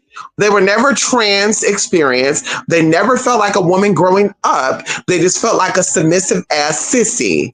And they said, what I have to do to be a sissy. And I can't believe I'm even telling y'all this. And one person in particular, like I said, he's, top of the game in his field. I don't know if he is now. I should research him now that we're talking about him to see if he's still at the top of, his game. But he was taking hormones, and hormones was not kicking in for him, for the first 2 or 3 months. On that 3rd month, they start kicking in. He was sending me pictures, and his body was shifting. And this is like a 40-some-year-old man at this time. And so either way, you know, he would go to the doctor and I was walking him through and, hey, you're going to do this or you're going to do that. And that's how he was getting his hormones and stuff. And you're going to tell him this, you're going to tell him that. I was literally walking him through these steps. And I literally got before and after pictures, by the way, of what it looks like before the transition and what it looks like during his transition. Either way, what I told him, what you need to do to mark, this is my branding on you. So I know for sure that you are loyal to me and to show to me that you are really serious about becoming a sissy. I need you to go down to DMV and I need you to mark your identification marker as neutral. Now, people don't know that, but DMV has let you mark your mark as neutral. I think since 1990, it's 1998 or something. It's something like that. So there's a lot of people, knowingly or unknowingly, whether y'all know about this people or not, that goes around with neutral gender marks on the identification card. And so that's what he did. He got his gender mark changed to neutral. I made him send me a picture of his ID as proof, and he did. So yes, it's not other, it will be neutral. So yes, you have male, female, you have neutral. Now, a lot of trans, I don't know, maybe they're not aware of that. But if you're not going to change your gender from male to female, at least put the neutral mark on it. So we know that, okay, this gender is a neutral gender because that's what it would be. It's a neutral gender. You're either male or female or you're neutral. So you're like, I'm not really male, I'm not really female, I'm neutral. There you go. And I think if we're going to non-binary shit too, I'm like, I feel like somebody had a discussion about this behind the scenes and said, N is for non-binary. But we're going to say, they're like, girl, that's what I feel. Now all of a sudden everybody's jumping on that shit. Because I said, girl, Prince should have been non-binary. Michael Jackson would have been non-binary. Hello? Where's it at? Where's he at? I'm not shaming or putting down these legacies. I'm saying what is real. Ain't no straight identifying male putting on makeup and lipstick and all that, hun. I don't care how famous they are. They're not putting on lipstick and curling their hair and making sure they got bangs in their face and shit, girl. Hello, can we talk about it? Girl, Miss Prince girl, she was Shazam and Shantae around the stage and shit. Honey, he was sitting there in his bandstand. I was looking at an interview in 1980 American Bandstand where he had his hands on his hip, he had his hair feathered, and he was like, yeah, I mean, I'm 19 years old, and yeah. I was like, girl, but let that be 2025. Y'all would have been like, queer, homo. Get that figure tree off that damn screen. I don't want my kids watching this. I mean, girl, you had Dr. Dre wearing leotards with glitter and shit on. You had the Commodores wearing leotards. Girl, you had Rick James with beads and shit in his fucking hair, girl, wearing wigs and shit. I'm Rick James, bitch. Feminine is all get out. But because he didn't tell you that he liked to suck dick, y'all didn't classify this man as gay. It wasn't an issue. I don't want my kids to know this shit. What? Y'all, listen, y'all been great. Listen, I'm not gonna get into that, girl. Maybe we'll save that for a video down the line. How you guys have been ushered and because the elites want to rage a fake war, now everybody's in an uproar about LGBT people. Girl, y'all been in the industry, girl. Y'all been in the LGBT pop culture. Girl, everything pop is just homosexual. Girl, you have the Elton Johns, you have the Liberace's. Girl, let's talk about it. You have the Pete Burns, you have the Tyler, girl, there's so many people I can name right now. Girl, that was like heterosexual looking men with long hair, with woman clothes on. And girl, some of you probably look at these people and say, damn, he will probably look better as a woman than I do if you put on some lipstick, some makeup, the full throttle. Girl, you have the members of the Kiss group and shit. Girl, putting on makeup and shit. Oh, this is punk rock. Who said that's punk rock? Who said that? So punk rock is a sissy era? It's a sissy genre? Hello, can we talk about it? Paint your nails black and shit. Girl, polish and shit. Who's doing that? Can we talk about it? It's a little too much. Wearing eyeliner and shit, girl. Could you imagine that? You with a man, you going shopping and man talking about, I'm looking for some black eyeliner. I got it on my eyes. I need the makeup room. Let me go to the makeup girl. They got to beat me with the powder and shit. And you going on stage to sweat this shit off and perform. What? So like I said, you grew up in a gay type of energy, and y'all don't even know it. But like I said, because they at least want to rage a fake war amongst sexuality and gender identity, girl, now it's, oh, I'm sick of seeing this homosexual shit. You didn't say that about Prince or Michael. You can't tell me that was heterosexual, girl. And oh, but they had a lot of females around them. So you just said what I said earlier. You just said what I said earlier. That those are the same people, unknowingly. You had people like Prince that were still attracting heterosexual women that were so-called getting pregnant by him, might have lost their children allegedly, right? They don't have any other kids, so they didn't try any other time. But allegedly, they had a lot of women. Oh, yeah, he was feminine, but he had a lot of bitches around him, and everybody wanted that. So that explains what we're seeing right now. That explains the grinders and the non-surgical, non-hormonal taken trans men, right? Not because we got trans men out there with hormones stuff. We're talking about the ones that ain't taking it. They got double D, triple D breasts on Grindr with a short haircut, sounding like a female, said I'm a bottom, sending you pictures of their vagina spread and shit. Can we talk about it? Or is that too much? And I'm just like, babe, if you really are into penis like that, or you really are a gay boy trapped in a woman's body, that would mean, wouldn't that make you want to go talk to a heterosexual man? Because he would love that. And there are a lot of heterosexual men that are into that. They're into even having sex with studs. Why would you not want to do that if that's really what's going on? But no, if you are subconsciously trying to turn out, you will purposely seek a gay man. And knowing goddamn well the gay men are not into vaginas. Bisexual men might be. Curious men are not comfortable with stuff might be. Because I think one of them was trying to tell me that she was getting, or he was getting blocked by a lot of people. And I'm like, yeah, they're into penis. They want a hard, strong man. You're presenting like a man a little, but you don't give me hard man. You're like 5'2". You have a very high voice. You have no beard, no mustache, and you got huge titties that are bound down. A gay man is not into that, babe. They're not going to want that. So that's what's going on, babe. So anyway, like I said, girl, that's the tea. That's what's going on. Neutral mark on the ID. A lot of people don't know that. You get it done. Go get your neutral mark done if you want to be neutral. Hello? Okay? That's it. I'm done. Come on. I know, Jay, we used to work with each other's shifts. If something came up that she wanted to stay home or do something that day, I would cover shifts, and when I didn't feel good, she could cover mine. Oh, wait, what? Am I not? Wait a minute. Oh, I went where? Oh my God, the comments go up. Oh my God, y'all. Let me look at these comments before I go. I see Phoenix Jewel. Are witches and spirituals ruled by Saturn and Pluto as they do work with one or both of the energies more than others naturally? No. If there's a witch or there's a spiritualist who said that, they're not real. They're not real, Jay. The whole point of being a spiritualist, or the whole point of saying you are a spiritualist or witch, that just means you know how to manipulate energy. You're not ruled by anything in particular. You work with all energies. That's what I said, even to be a spiritualist or witch, but yet you're transphobic, homophobic. You don't like white folks. You don't like Asian folks. You don't like black folks. You're not a spiritualist. You're not a witch.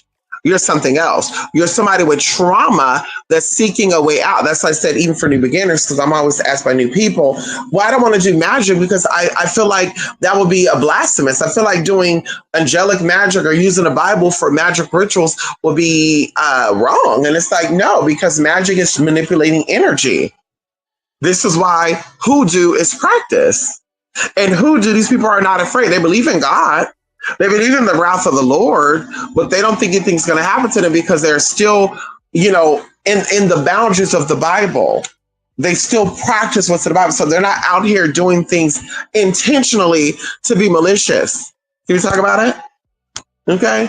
So no, witches are not ruled by Saturn or Pluto.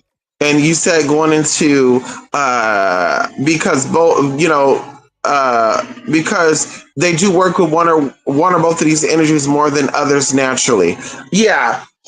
Yeah, like I said, as a spiritualist, as a witch, as somebody who's in tune, I do not work with Saturn energy or Pluto energy more than any other energy. I don't do that. And let me even throw this on you like this as well, Jay. Any witch, they're not gonna like me. Any witch who is practicing, and they're claiming that they're under the rulership of Saturn, but they smoke weed, they smoke cigarettes, they're participating in things that are not good for their body, they're lying. Saturn is a disciplinary planet. If you're working with Saturn energy and you're still doing things that are doing harm to you, you're going to get fucked up every time. And 2025, this is the year of Saturn. 2025 is the year. It's the year, okay? And I really think that it ruled 2024, 2025, and it's going to be ruling part of 2026 as well. But even going into protective, going into bowing down, the worship, the servitor spirit, the servitor energy, that is motherfucking Saturn. So somebody understand they work with Saturn, but they're pill poppers, they're weed smokers, they're alcoholics, or they're doing anything that is not elevating themselves spiritually, mentally, and emotionally, they're lying. They're not working with Saturn. Saturn is discipline. It's self-mastery. And you will only do things that will help elevate you. You're not out here doing things that are not good for you under Saturn. Maybe under Mars rulership, but Saturn, you're not doing it. So now, it was the Wi-Fi. You're right about Maddie. Maddie always talking about her piece all the time. Every interview, I click out. I try to look. I'm like, oh, girl, this girl's doing something for the community. Let me try to watch this video. And as soon as they start saying, I got a big one. I'm the big D. I got famous by the big DB. It's like, girl, stop it. Stop it, girl. Stop it. Her Tookie look the same, no tea. I see it. They got that jigsaw look, honey. No shade, honey. Listen, I'm not cutting in. You could be a pretty jigsaw. You could be a hard jigsaw. Honey, jigsaw look like he got a silicone plump face. And you see nothing but silicone in that face. That's not cheek implant. That's not filler. That is silicone, babe. Can we talk about it? Wait, really? I was just watching something with Chance Madison, an actress from the show Pose. She was talking about her nether regions, but they did discuss being cis and trans, whether or not. But see, that's how I feel too, though. I can have a discussion about being trans, but I don't have to go into my genitalia. I can have a discussion about me being trans, but I don't have to go into how I'm a dominant when it comes to my people. I don't submit to my clients and people I was servicing. I didn't submit to them. I was the dominant one. I'm not discussing that, babe, unless you're a client. I'm not discussing that unless you pay for my services for. We're not having no discussions unless you're paying for fantasy talk, role play. I'm not discussing that. I'm not going to sit here and talk about it with my sister. And let me tell you this right now. My sister, we were roommates before. Can we talk about it? Lachey, I lived with Lachey. That's how I met Lachey. I was her roommate. Okay, 2 times. Can we talk about it? I was seeing clients in their house. We never discussed what I'm doing. Even now, I don't sit here, oh yeah, girl, I had clients and I would do massage when I would dominate them. Sometimes I'll put a strap on and give it to them. I'll make them suck on the dildo. I'll stuff it down their throat. Like, girl, what? Who's doing that but a pervert? Who's doing that but a pervert? Ain't nobody doing no shit like that but a pervert, sexual, deviant ass motherfucker. The one that just think about nut, dick. Yeah, those are the ones that are doing that shit. People who are normal functioning, and we're doing this because this is money and only that. When that's off, we're off with it. You don't got to remind us what you got. We don't care. We're trying to get to know the person who's been on RuPaul Drag Race. We're trying to see the woman who has graduated from the porn and now she's doing things for the community. That's who we're trying to get to know. Talk about the last meal you ate. Talk about whether or not you had a BBL or not. Talk about your surgery experience. Talk about your silicone. Was it illegal? Was it black market silicone? Did you have breast augmentation? How many times? Did you have your hairline done? Like, this would be things we should be talking about versus your dick. Like, maybe it's a selling point. Maybe it's to make people be curious, and maybe it's to make people tap on it. Like, I was watching the interview with Wayne Brady, and once again, she's bringing up this dick, and I'm just like, and this is why the gay boys see us as sissies too. This is why the gay boys see us as niggas in wigs. This is why they see it too. This is why. You're gonna sit right here with this legendary man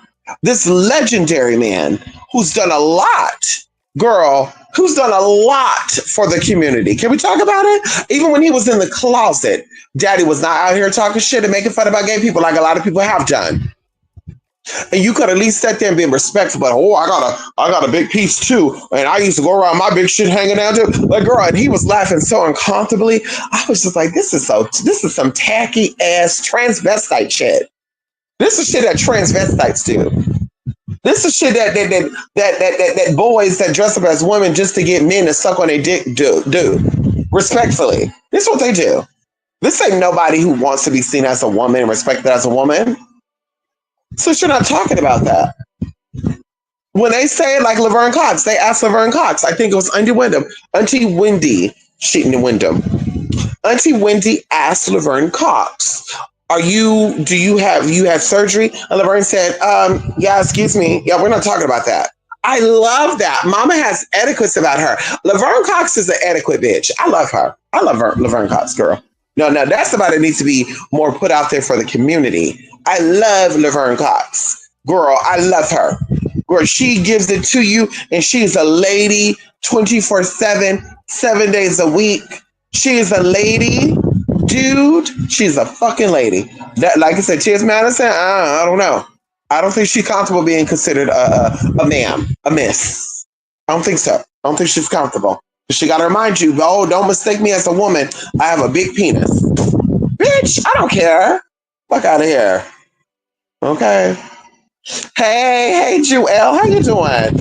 I came in on your discussion, Madison. I was wondering what your opinion was about the conversation with me. I like Madison, but I've been scratching my head. Listen, I'm going to say this right now. Madison has done a lot for the community. I know this person has talked about Auntie Wendy, who have made it possible for her to be on YouTube and to get money from YouTube. Let's just throw it out there. I think that Auntie Wendy has paved the way for a lot of people of color to be where they're at, sitting comfortably on YouTube, on any platform, making money. Shout out to Auntie Wendy. Can we talk about it? This woman was ostracized. This woman, and what she spoke, she was talking shit. No, Mama was telling the news. People were celebrities. They were getting in the blogs, and Auntie Wendy was our blog. Auntie Wendy was telling her what she found out about these people, and they didn't like it because she was exposing their secrets. Hell, she was exposing P. Diddy. P. Diddy got her fired. Can we talk about it? And so I'm like, girl, she deserved all the respect. Miss Thing sat up there and was reading Miss Auntie Wendy down. Was calling her Orthol, Wendy Whale. I was like, oh, girl, that turned me off. Before that, I liked Madison. When she started doing that, I was like, you disrespectful ass bitch. The audacity of you. This woman went to college. This woman, despite her upbringing, despite her disrespect, her put down by her motherfucking mama, this bitch fought to be where she's at in the radio. The only woman disc jockey girl to do it. And of course, you got Miss Jones and shit, girl, and all this other people, girl. But still, Auntie Wendy has done it. She did it good. Can we talk about it? She wasn't being submissive and you gonna tit your head, you gonna shut the fuck up, go behind this mic, and you gonna say what we tell you to say. No, she was doing her own thing. She was an independent, confident woman. That's why she will always have my respect and love. And regardless of how nasty she got, Mama comes from a loving place when she speaks about shit. She's not coming from a hateful, jealous, oh, I'm about to read Whitney right now because I can't stand her. She gave Whitney Houston the hardest time because she loved Whitney Houston. and she saw herself in Whitney. And I said, I'm not going to get into all that, but that's when she interviewed people and she say her shit, Mama is really there to encourage people and to lift people up. She's being what her mother was not to her. She's being that with other people. Can we talk about it? And so either way, I kind of watch Madison from the side, and one of the people that I like, they really love Madison, and I was like, okay, so of course I will be, well, let me go look at this. Oh, you should see this episode. Okay, I will. But like I said, I started noticing last year that every opportunity they got, they were talking about their penis. And I was like, somebody gonna sock it to her. And sure enough, it was a Sagittarius, because that's the only fire sign that can really sock it to somebody. Hello. Not saying, but I am saying. I love my Aries out there. They're too shy. They're too scared. They can't be directed all the time. Leo, same thing. They're too humble. They're too nice. They're too kiss asses. Out of all the fire signs, Sagittarius is very direct with you, and they tell you how it is, and they don't give a fuck. Just like a Gemini, they don't give a fuck. Leo, air signs, yeah. Aquariuses will tell you how it is, but they also like to construct, like, well, that's not really respectful to speak like that. Let me be mindful. Libra, same thing. They'll say what they need to say, but they're still kind of like, ooh, this might come across too strong. Let me not say it. For Gemini, we really don't give a fuck. And that's why they call us crazy, because we don't give a fuck. Same thing with Sagittarius. They call Sagittarius as crazy too, because they're very direct. They don't sugarcoat shit. Bitch, they're not about to sit here and be like, oh, hey, oh, you're so pretty. Oh, yeah. Oh, my God, I like all your music. Oh, yeah. Girl, but they're going to say, you do okay. Girl, the air sign, the other fire signs, the Leos and the fucking Aries, girl, they'll be sitting there like, oh, well, I mean, I can't really say that. I can't really say that you're bad at what you do. I mean, because I guess, yeah, girl, bye. Girl, they're bad. They're shitty. They can't sing. They can't rap. They're unattractive. Girl, stop it. And the Aries be girl, they be irking the hell out of me. The Aries, girl, they'll be talking all that shit, then they'll go back and say, oh, I was saying that when I was mad. It's like, girl, can you listen? Don't say shit unless you really standing on it. But like I said, T.S. Madison met her match with Nene. She even called Nene leaks, and that'd be another thing too. So as a trans person who still identify as somebody who has gay tendencies, it's okay to call a woman hard, androgynous, an Amazon. It's okay to say that about your elder. It's okay to say that about a rich, successful Black woman. Excuse me? It's okay to say that. But the minute that she says she don't want a man who wants you because you talk about how big your penis is, she's homophobic. She's transphobic. She doesn't like the community. I think not. I think not. I'd be willing to say that Nene loves the community. I'd be willing to say that. Now, she may respectfully say, well, you're not really a woman, but you're not a man. She see you as being a unisex. She see you as being a non-exclusive woman. Or yes, she definitely does. But we're to sit here and be like, listen, you let her know that you're okay with being called a sir. I said, if you're not going to talk about your penis. I'm not okay being called sir, so we're not going to talk about anything male or anything dead on me. Can we talk about it? I'm not okay with you calling me male. I'm not okay with you calling me sir, him, he. I'm not okay with you misgendering me. So we're not going to have those discussions. Someone be on your head. Like, wait a minute. So Tess Madison got us all scratching our head. And she definitely got me scratching my head and my motherfucking ass. Like, sis, we trying to get up out of this and y'all just giving too much. Like Ebony Lane said. Ebony Lane said they're putting too much. They're putting too much. We paved the way. Ebony Lane paved the way. She's one of the girls who paved the way for the trans woman. She's in the ghetto of LA right now. She's at the Slauson motherfucking swap meet. Do you know how historical, how phenomenal that is? Why other transgender women was kicking it with the homies trying to get dick down, trying to give them blowjobs, trying to trick these men. Can we talk about it? I won't get into it, Brenda. I won't get into it, Latrice. I won't get into it, Monica. I won't get into dropping the girls' names all around the world who was hanging with the ghetto boys and hanging in the hoods and the ghettos because they wanted some ghetto ping. They wanted to pussy stunt on these thugs. They wanted these DLs people to give them. Yeah, but we're not going to drop no names on that. But Miss Ebony Lane, girl, she was there to help them build tolerance. She was there to help build respect. She was there to show the people that we're human and that we demand to be respected and we're demanded to be seen as your fucking equal. She would never sit here and talk about her genitalia. She'll never sit here and talk about how big her penis is. She'll never sit here and say that mi verga es muy grande. She would never say that. She would say mi pito es muy mojado. She would never speak like that. But then you have this thing that I'm a spokesperson. I'm paving the way. I'm doing something for the community. And you're setting us back. You're setting us back, babe. You're setting us back. You're setting us back 2 generations. You're setting us back to 1980s. And you don't even know it. You don't even know it. And that's the saddest part right there. That is the saddest part right here. And that's another thing too, why a lot of her fans are straight women and gay boys, because they don't know the trans identity. They don't know the trans movement. So they're living that truth out via this person. And at the end of the day, this person could be educating people on the trans experience. They could be saying, well, you know what? This is my story. This is not for everybody. But this is my story. They maybe even pull out some type of statistic on it.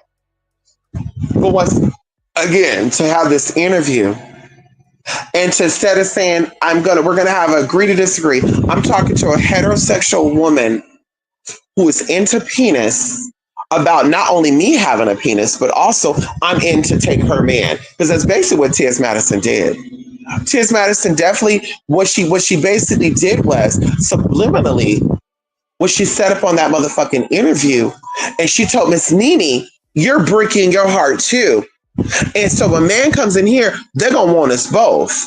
Because she even had the girls, Phoenix, Joelle, stating that they would pick T.S. Madison over Nene because Nene looks bricky, she looks strong. And I'm like, excuse me? And T.S. Madison don't look like she's a transgender person? She's pretty. She's pretty, but she don't look like a transgender? She don't look questionable? Can we talk about it? You're saying that T.S. Madison looks more passable than Nene Leakes? I think not, bitch. I think that's a delusion. I'm sorry. And so that's where I took offense to. I wish Nene is a mother. I wish somebody would sit on my mama's motherfucking TV show. I wish somebody would sit on my mama's motherfucking talk show. I mean, I'm just saying, I wish somebody would sit up on my mama's motherfucking talk show, TV show, and tell my mama, since we're in this together, and the man you get, I can also get. Excuse me? Every man is not gay or bisexual or trans attractive. That's the delusion that you're in. And that's why a lot of you get fucked up. Every man is not trans attractive, babe. Hello? There's little cues and stuff they give you to let you know that they're into you. But baby, like I said, I'm not about to sit here and say, oh, maybe he's a girl, bye. Anyway, yes, I wasn't okay with that at all. Phoenix, sure. I was not okay. I was upset. It disturbed my spirit. It disturbed my spirit. And I was even saying this too. T.S. Madison was pussyfooting. You called Nene androgynous. You called her a tranny. Just admit it. I didn't say that because you're all woman, sis. No, you said she's masculine though, babe. Let's call a spade a spade. I would have got on that show and I would have told her the truth. I would have said, Nene, if I was thinking those things about her, because I don't think those things about Nene. She's a statuesque glamazon. I do think that she's very tall. She's very, I wouldn't want to fuck with her if she looked like she can fight. Definitely, just like Auntie Wendy does. But she's a woman. Respectfully, she's a mother. She's a grandmother. I would never disrespect her to her face. Maybe behind her back, I'll have a discussion with my friends and say what I think about her, but not to her motherfucking face. I mean, come on now, girl. And like I said, then they're going to be upset when we don't have no more allies. When all the women don't want to support us no more. They're going to be upset when all the women are going to be down there saying, ban these niggas, Trump. They're going to be upset. Well, you can't be upset. Because you sat here and called Miss Nene a man. And then when she told you that she's not into the man, I don't want him if he wants you. Now she's wrong. Excuse me. I don't want a man who likes multiple trannies. And I'm a transgender. Hello, I'm a trans woman myself. Not transgender, trans woman. Myself. I don't want a community piece. So she said it right. Hello? Hello? I like a man that like only the kitty. It's down for the kitty. He's a kitty catter meowner meowner. That's what, yeah, she said it right. She said it right, girl. Because with your big old violin stick, yeah, a man who likes your stick, he's not, no, babe. Yeah, you're going to turn him out. You're going to turn him out. You're going to fuck him up. You're going to definitely fuck him. You're going to, yeah, you're going to fuck him up, babe.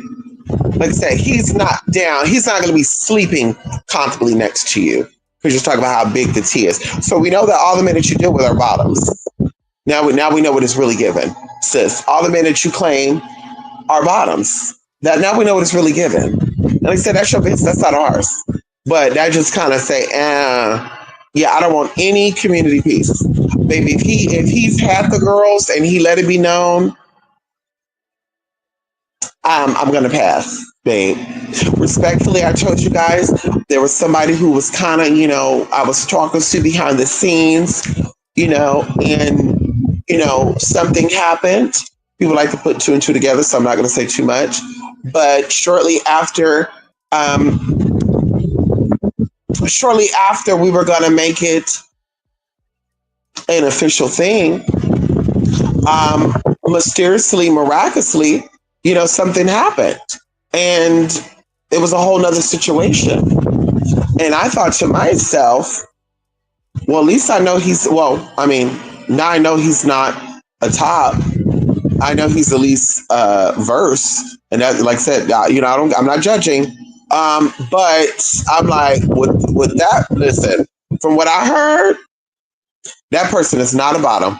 So I'm like, yeah, baby, you're definitely getting plowed and taken. So at that point, I'm like, baby, I'll pass. Baby, secretive or not, I'll pass, babe. I'll pass, babe. Yeah, because now I know that you've had multiple girls. I'm probably not the only one. Yeah, I'm not a fan of that, babe. Okay, you're King Tookie. Let's see. Wait. Yes, honey. L. I feel like they're part of LGBT. They are, Phoenix. And I even had a discussion with one of my sisters, Phoenix. One of my sisters, like, I'm being honest with y'all. I have to be honest with y'all. Like I said, my gender identity is my gender identity. Who I am is for me. I'm me for me. I'm not me for other people. I'm not here to prove a point. If you see me as whatever, that's your business, but you don't have to tell me that. So either way, a man who is openly and comfortable with being with us, especially if you're not really passable, this is and when I say passable, it doesn't always mean that you look masculine, but it also means that you act masculine. It also means that you love talking about your masculine piece. That's what it is. And so, like I told to my sister a couple of years ago, they were dating someone, and I said, because they were like my heterosexual man, and I was like, I don't like that. Just say, and it wasn't in verbatim like that. Like we were having a discussion and it came up something like that. And she was like, well, in my delusion, I'm all woman. So I'm seeing this man as a straight man. And I'm like, well, I could see that because your delusion is you're a female. That's what makes a gender identity, right? But realistically speaking, this man sees you as what he sees you as, which is a male who's feminine or a female with a penis. He does not see you equal to his sister. He does not see you equal with your mother. And that's what it comes down to. Have a real conversation. These men, regardless of how attractive they find trans women, they're never going to see you equal to their mother. They're never going to see you equal to their sister. They're never going to see you equal to their baby mama. They're not going to see it. They're not going to see it, babe. And so it is delusional and it is quite pick-me-ish to be like, no, this man is heterosexual and he likes me. If he didn't know you had a penis, yeah, I would say that. If he wasn't down with the program, hey, like I said, you wasn't discussing everywhere that you're the big dick bitch and all, yeah, I could definitely say that. I was like, you're right. He is heterosexual. Because I think every man who deals with me is heterosexual, at least heterosexual identifying. When it comes down to, that's the first thing you asking is how big is your piece? Do you mind if I play with it? Like when you start asking questions like that, it goes from heterosexual to bisexual. And then I'm also thinking you've been with other girls. And so now I'm like, well, you're not even bi, Kirsten, or you were all the way bi. And like I said, baby, listen, it doesn't make you less of a man because you're bisexual, just like it don't make you less of a woman because I'm trans. Can we talk about it? But like I said, if we're gonna call a spade a spade, let's call a spade a spade. The men who are into trans women who are open about their penis, and these men are openly about dating these trans women with penises, these are people that are part of the LGBT community. And there's nothing wrong with that. And see, when we start making people be secure and comfortable with who they are and not outing them, but having conversation about these people, because like I said, there are thugs, y'all. There are gangsters. There are men who have lost their families by being open about dating trans people. There are men, and I've dated one of them, who came out as liking trans people and got disowned by their motherfucking family. And so I had to build up that confidence and that courage in them and say, this is who you are. And you either could be who you are in while you're living, or you could die and die with regrets. Can we talk about it? And so instead of these people building up this, and see, Nene, this is why you out here making these men feel insecure about the trans. And this is why these men don't want to come out of the closet. No, bitch, you're keeping the man in the fucking closet. Because the men, like I said, I'm not openly talking about I'm trans. When I go out to grocery stores and stuff, I don't say, hi, I'm Mia and I'm a transsexual. Hi, I'm TS Mia. Hi. Oh, you're saying hi to me? Oh, just saying, no, I'm a tranny. I'm not introducing myself like that. So in a way, I'm still discreet too. Can we talk about it? So I don't expect him to go, hi, I'm Daniel and I like trannies. Hi, I'm Daniel and I like the stuck on tranny. Like, girl, think about it. That's a private thing. The average man don't talk about what they do in their bedroom. They're not on here telling you that they like to suck on toes and shit unless they're perverted. A man that you see in the grocery store, you don't know what he like and what he doesn't like. So it's like, it's not about Nene stating that she don't want a man who likes trannies. That's her preference. And there are heterosexual men out there still, says, stop trying to downplay that every man is gay. That's to say, y'all be fucking up for everybody. Y'all be out here, oh, they all, no, they're not. Some people are not really into that. They're not into chicks with dicks. They're not into boys. They're not into that. That's okay. Stop shaming them though, because that's the issue. And the same thing with that. Own who you are. This is who I am. And baby, if you're going to be with me, I need you to be comfortable. A lot of us, and I keep saying it's a lot of trans people are not here right now. And it's not because they're not here right now, because the straight people hate us. A lot of straight people are miseducated about us, and we've also made it comfortable for heterosexual people who really don't fucking like us, but they want to get off. They're curious about a dick in their mouth with titties at the top. We made it comfortable for them to be disrespectful. So people like T.S. Madison feeds on to men who trans bash, gay bash, and put girls 6 feet under. Now, if you really want to talk about it, that's what you feed into. Nene saying that she's only into heterosexual men does not feed men to be secretive, because you could be secretive, but you say, I'm gonna go with a woman who's open. And there's a lot of women that are open. There's a lot of women who like bisexual men. There's a lot of women who like men who like trans women. They want to have threesomes and stuff with the transgender and the man. So listen, go where you like. Go where you're wanted. And that's the problem. Like I said, going into the grinders, going into these accounts where these men go on these profiles and they set up these people. We have allowed this to happen because we don't tell these faceless profiles. You need to send me a video of you holding 2 fingers up. Oh, girl, bye. They be like, I'm DL. Okay, it's okay, baby. We can still meet up. And they be so dick thirsty that they meet up with these people. They want the dick so bad because they're sexually traumatized. If you want to talk about it, the only people that will be okay with people not showing them face and still meet up with them are boys and or girls who are sexually traumatized.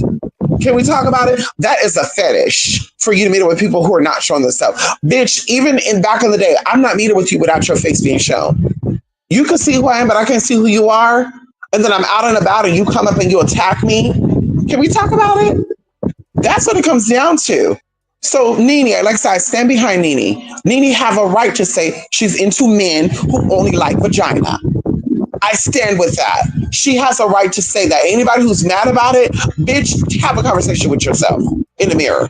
Talk to God. Baby, she's in the right.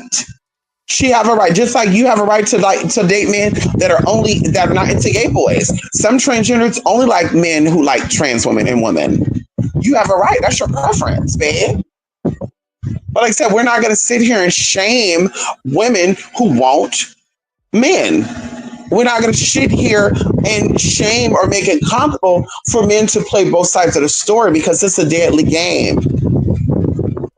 Honey, when you're sleeping with your partners, be honest about what you're into. And like I said, hey, I'm not getting to tell people what they should do because I've dealt with DL men.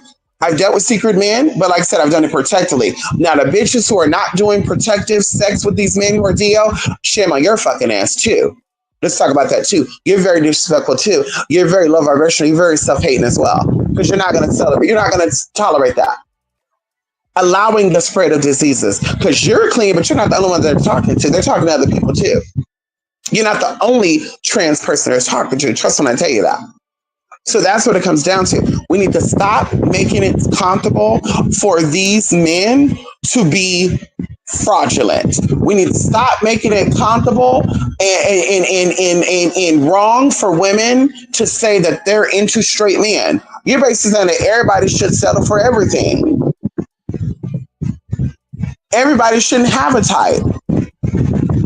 Everybody shouldn't have a type. It sounds like it's an agenda to me. If you really want to be honest, it sounds like an agenda. If you want to be honest, it sounds like Miss Thing has an agenda. And I'm just being honest. It's giving me agenda tea. It's giving me that there was discussions about it and you're going to talk about this. And if this doesn't go down, now all of a sudden we're going to start. Because I want to know who even started that. Oh, it was wrong for Nene to say that she wouldn't date a man who dated T.S. Madison. The fuck? The fuck? Excuse me? Excuse me? It's wrong?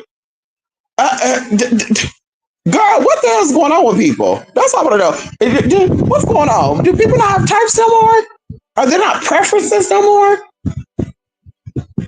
Is it just a free for all? Everybody get it? Everybody can get some? If they like tigers, they can settle for antlers now and deers and shit now. Like, make it make sense to me. Like I said, listen. Anyway, maybe that's, I don't know. I thought I was free spirited, but maybe I'm not as free as I thought I was. I don't know. Maybe I am a little conservative, a little confined. I don't know. I like what I like. And baby, like I said, you can like what you like. And I've told people that respectfully. Baby, you're not into this cup of tea. You're not into what I'm into. Good luck finding what you're looking for, and God bless you. We're not about to fight about it. I'm not about to convince you. I'm not going to pretend. I'm not going to change. The same thing with you. Oh, baby, if you want to keep it a secret, you're paying me. You're going to pay me. If you want to keep it a secret, it's a business transaction. And on top of that, like I said, there's rules to the game. Like I said, I wouldn't mind my sister saying that she's only into straight men because I wouldn't want the same man that my sister want and vice versa. I wouldn't want to have the same penis that went into my. I mean, girl, it gets deep. But some people like that. That's exciting to them. It's exciting to have their sisters or cousins. Like I said, that's your business. But like I said, for me, that's not. Like I said, I have a preference. I have a type. I have standards. And that's that. And so definitely, T.S. Madison was all the way wrong. And the people that were calling Nene homophobic, fuck y'all, bitch. Okay, and I support Nene. Hello, I said it again. I support Nene Leakes and her beliefs about wanting only a man who's into kitty cat. You got fine men that only like kitty cats. There's fine men out there. I mean, why do we gotta always catch them all? Like, that's what I'm gonna start calling LGBT Pokemon.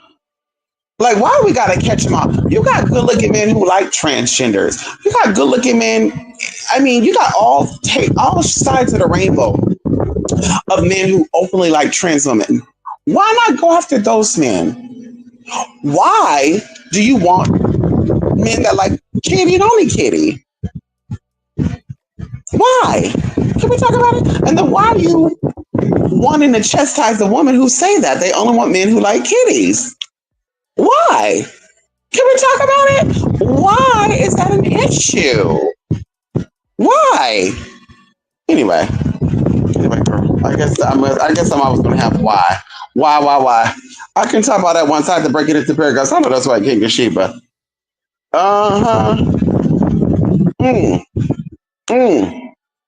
Come on in here. Mystic, are demons and angels both wish masters or just demons? No, I mean, if you're talking about wish masters in the sense of granting wishes, both are. The only downfall is that demons, when they grant wishes, they want something in return. See, what a lot of these so-called demonologists don't tell you, Jay, is that they really are into demons. They're giving sacrifice to these demons. You never hear of when a situation happens where somebody takes somebody out, where they say an angelic sacrifice. Can we talk about it? It's always a demonic ritual, a devilish ritual. These demons be wanting blood. And that's why I say respectfully, and I don't, if somebody don't like this, I don't really care. I think that every spirit has a good side and a bad side. I think that a lot of people are introduced to spirits on their bad side. And the idea that Orishas want you to sacrifice chickens, goats, and lambs to get their approval, I'll pass on that, babe. I'll pass on that. Yeah, I'll pass on that, babe. I'm just saying, I'll pass on that. Baby, there's other things that can grant bigger and better things that don't require all that. So the demons want that. They want the blood. They want the flesh. When people be taking people out here, what they say, a sacrifice. And they usually, they make a sacrifice to level up. Girl, these people are demonic. An angel is not requesting the flesh of an animal or flesh of a human being to get ahead. Can we talk about it? Hello? Can we talk about it? Something high vibrational is not wanting that.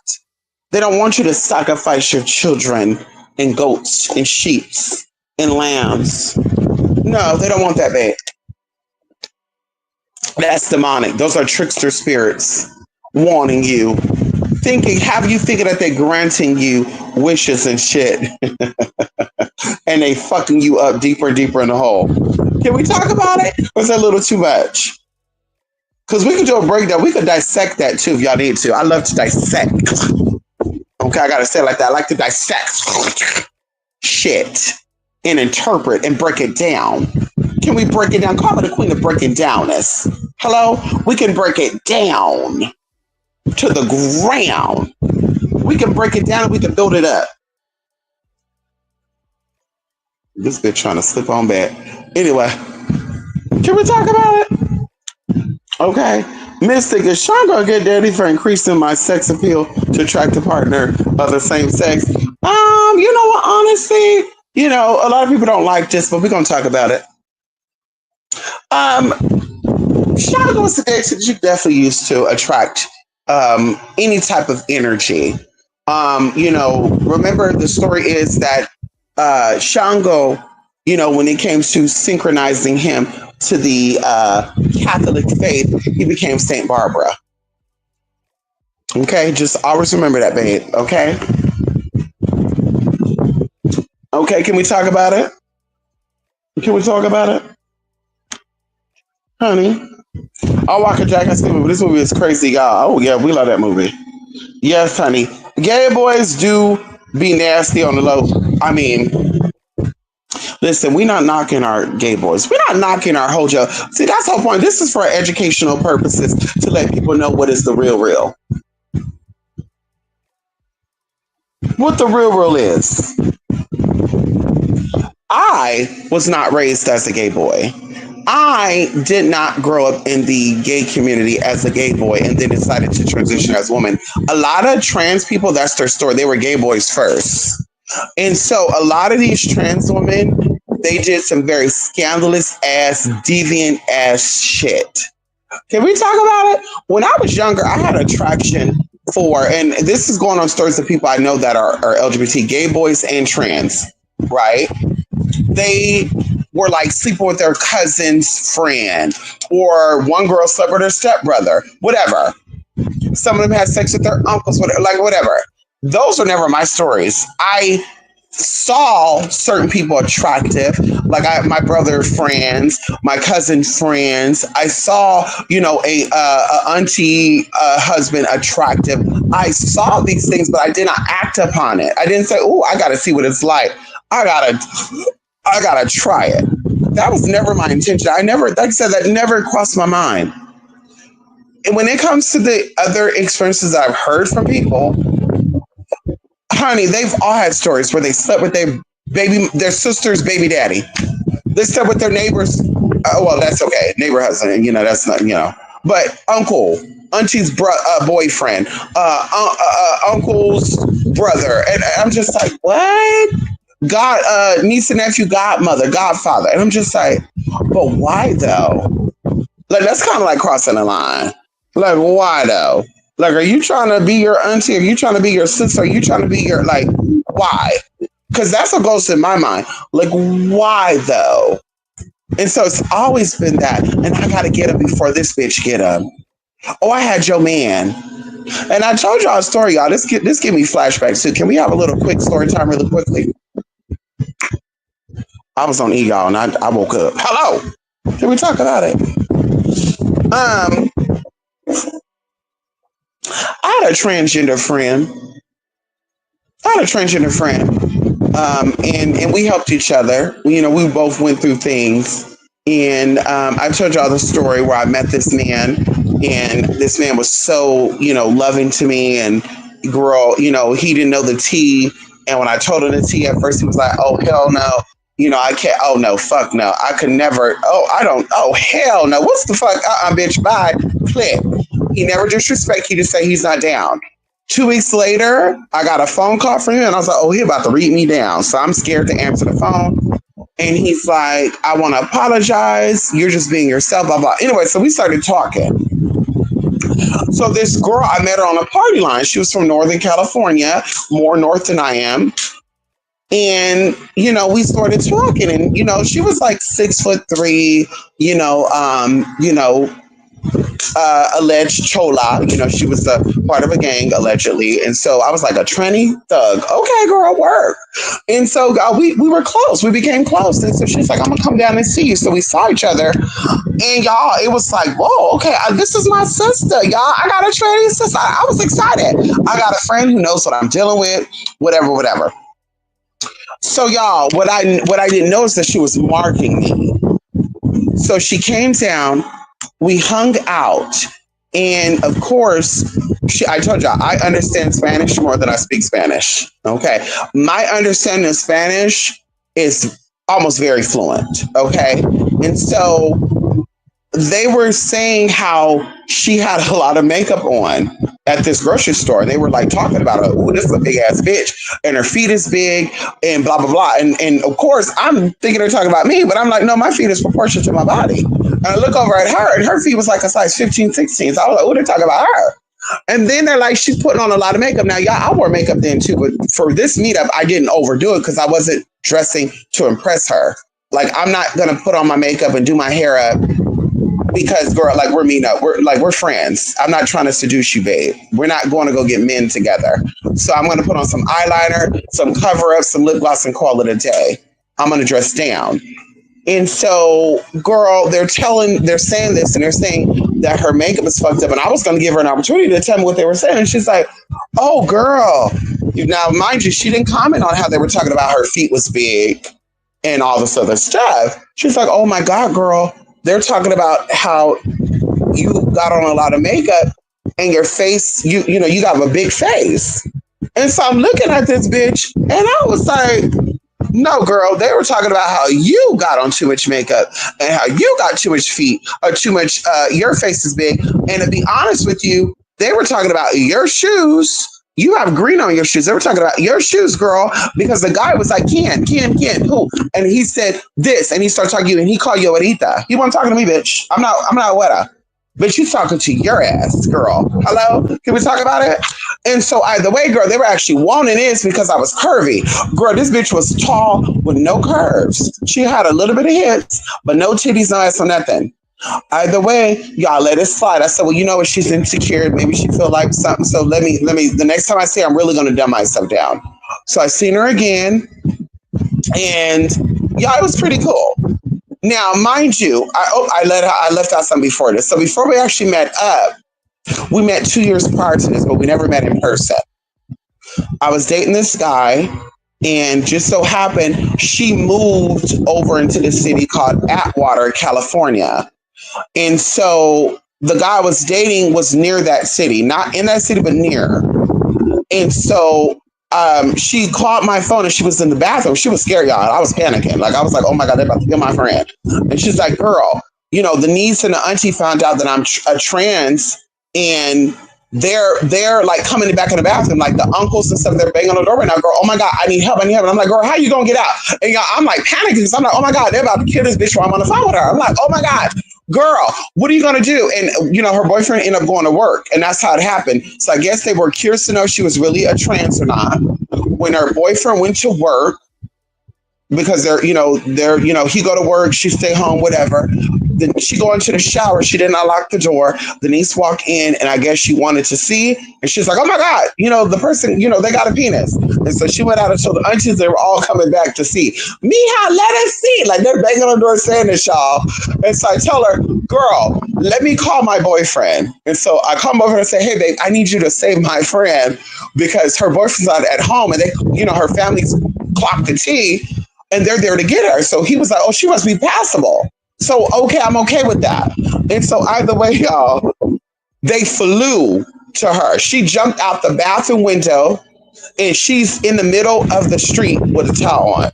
So my boyfriend and his dad get her. They go back home. I'm on the phone with him the whole time. And he's like, "Okay, babe, we're back at home." And I'm like, "Yeah, please, take good care of her." And he's like, "Okay." So of course I'm checking on him, texting, not thinking anything, y'all.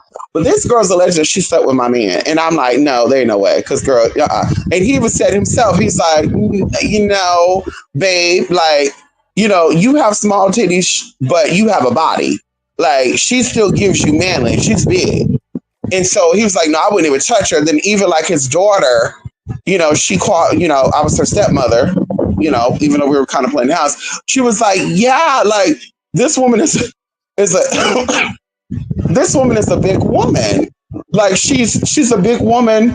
And I thought I saw something on her face. And of course, my boyfriend is like, "No, you didn't see shit on her face." And she's like, "No, I did. She had something on her face." I was like, "Oh shit, the girl got a beard." Y'all. So after that, this happened. She ended up telling me that she slept this man. He didn't say it. My dumb ass shot. I gave her the benefit of the doubt. I was like, well, I'm still gonna be cool with her. So we met up, y'all. Fast forwarding. After she got rescued, and I asked my man to let her stay at his apartment, she had the audacity to meet with me 2 years later and tried to lie to my face. So I was like, I'm gonna let it fly. Well, I met a man, y'all. Okay, another serious relationship.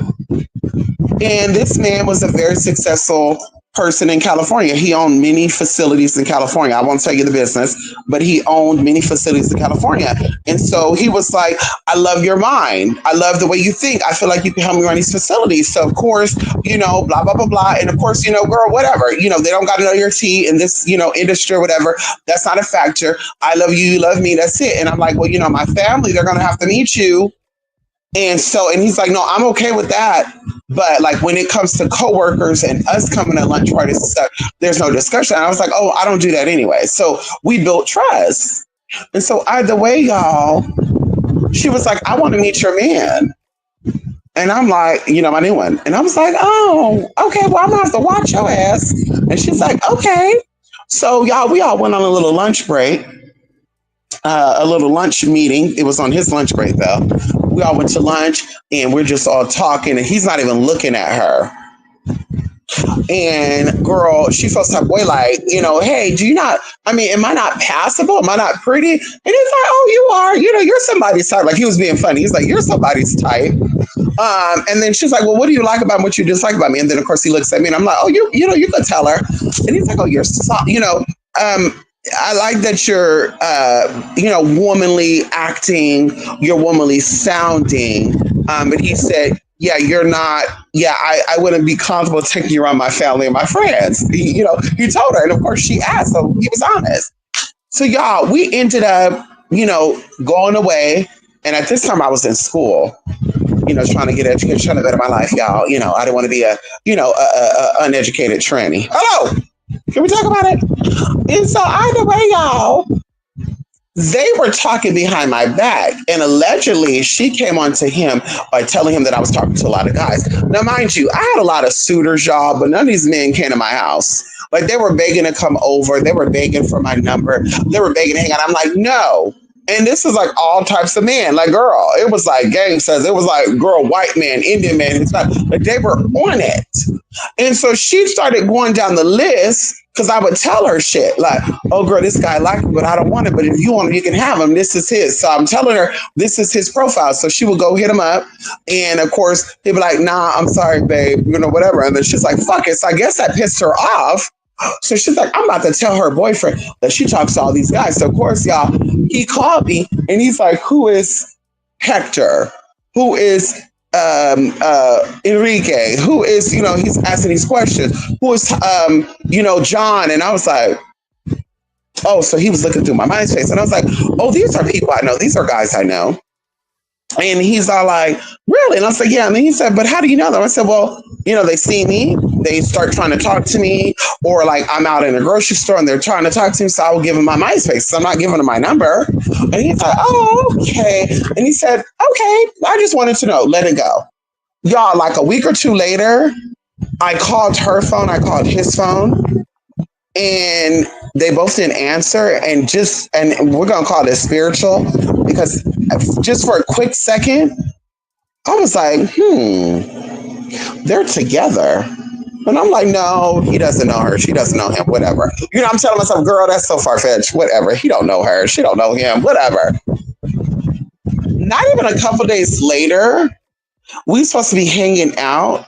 The guy I was dating, and mysteriously he flaked. He's like, yeah, I got called in to one of my facilities and I got to travel to whatever. Now, mind y'all, I remember that mama said that she was going somewhere.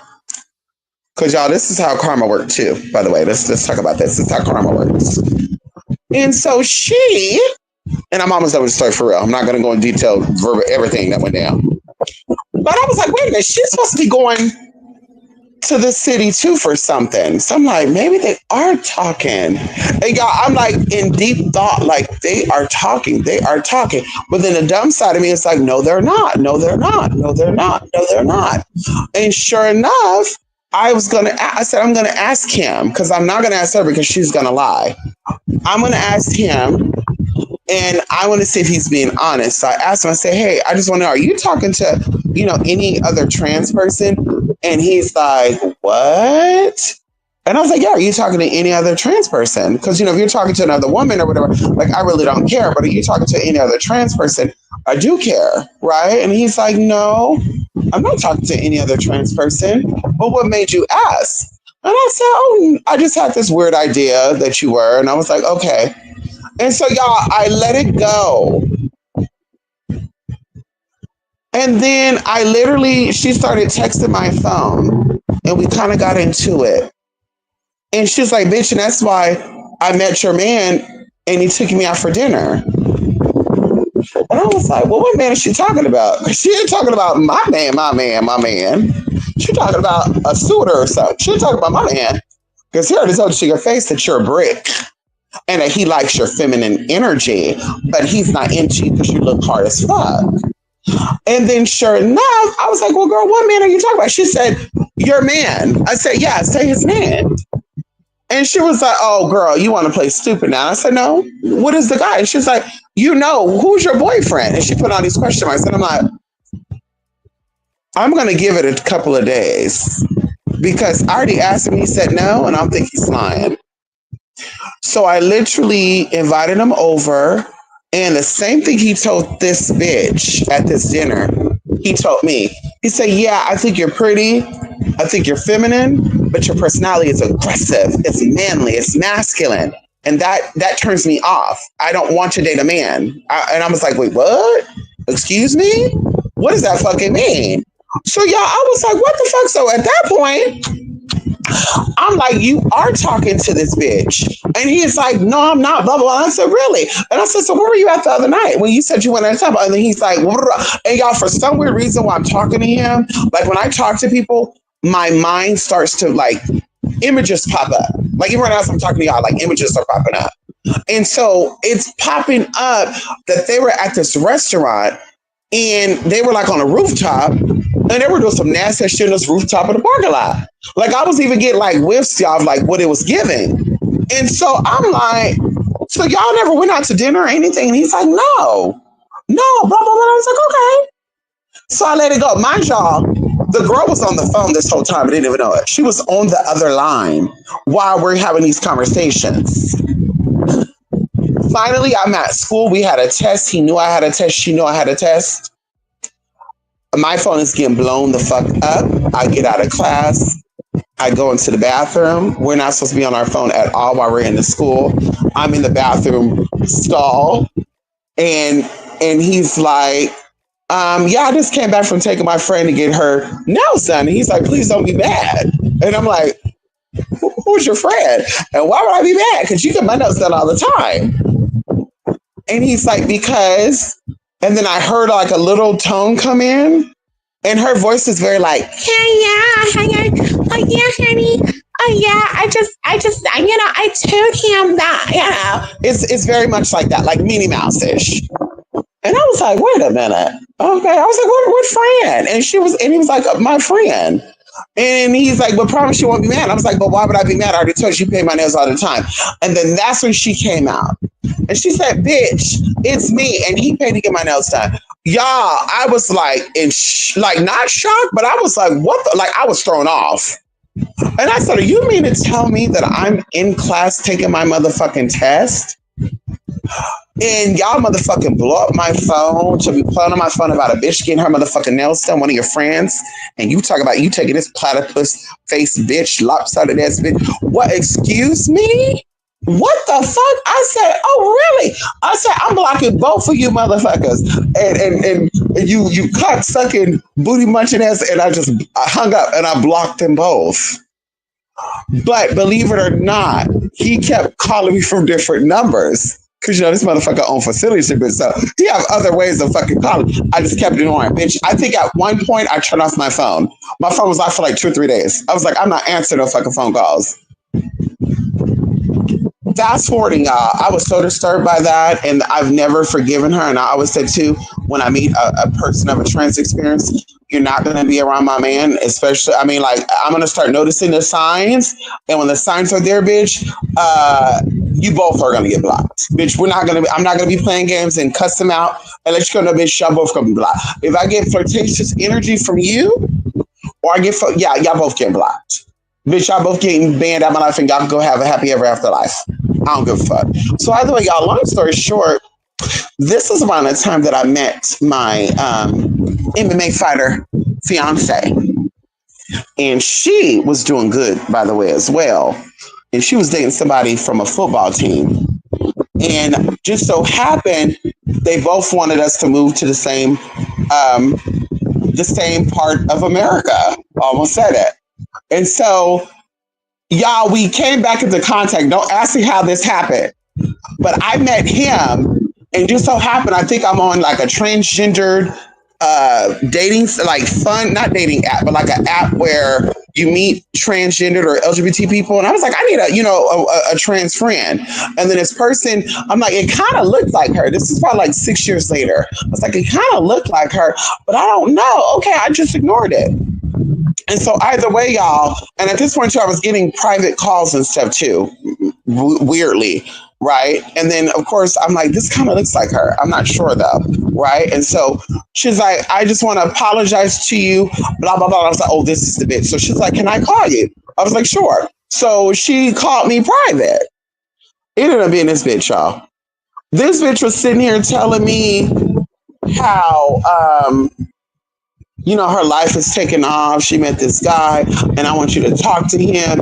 And he's a football player, and we gonna get married, and blah blah blah blah. And I was like, what? And I was like, wait a minute. And then she's telling me his name, and I'm like, well, I guess since we're all being honest here, let me be honest too.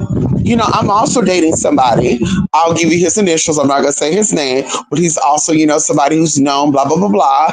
And, everything is cool. And I think this is going to be the one. We're talking about kids. We're planning family. We're planning surrogacy, whatever.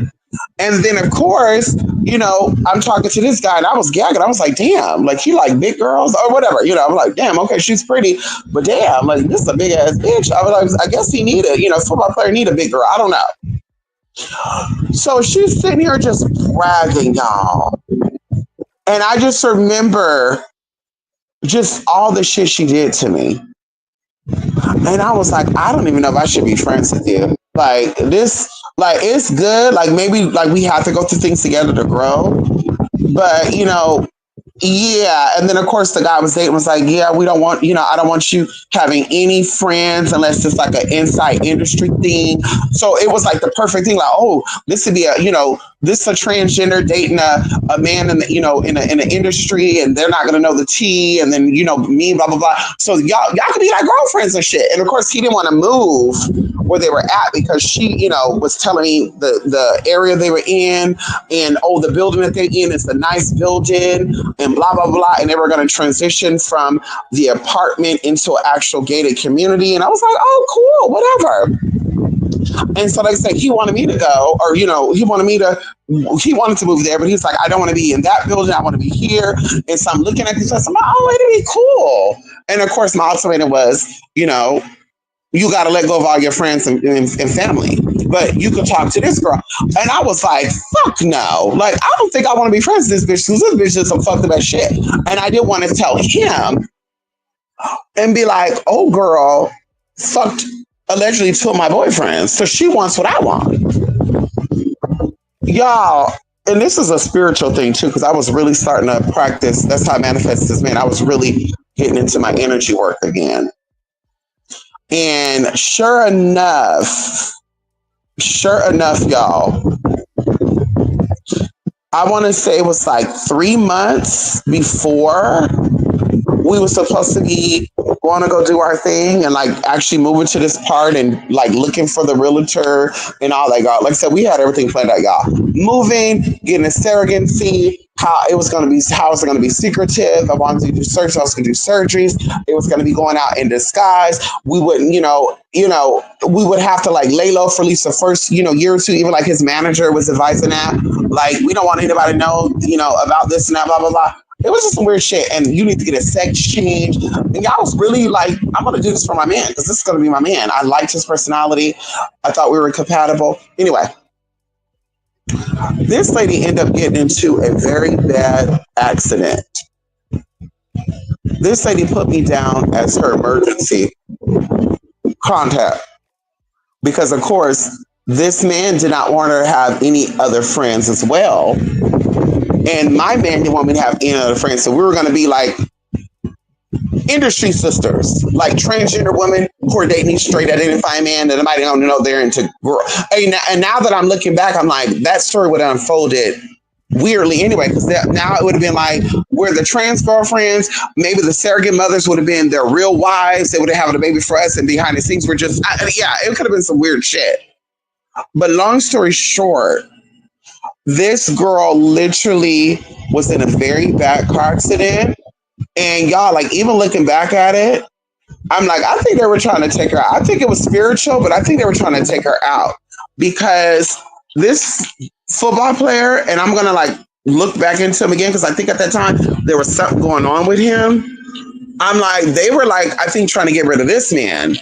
And of course, she was, advising him and all this other good shit. So I'm like, I think they had to get rid of her, or they thought that it was him in this car, and so they got her. But either way, they're calling me, and they're like, just to let you know, your friend was in a real bad accident.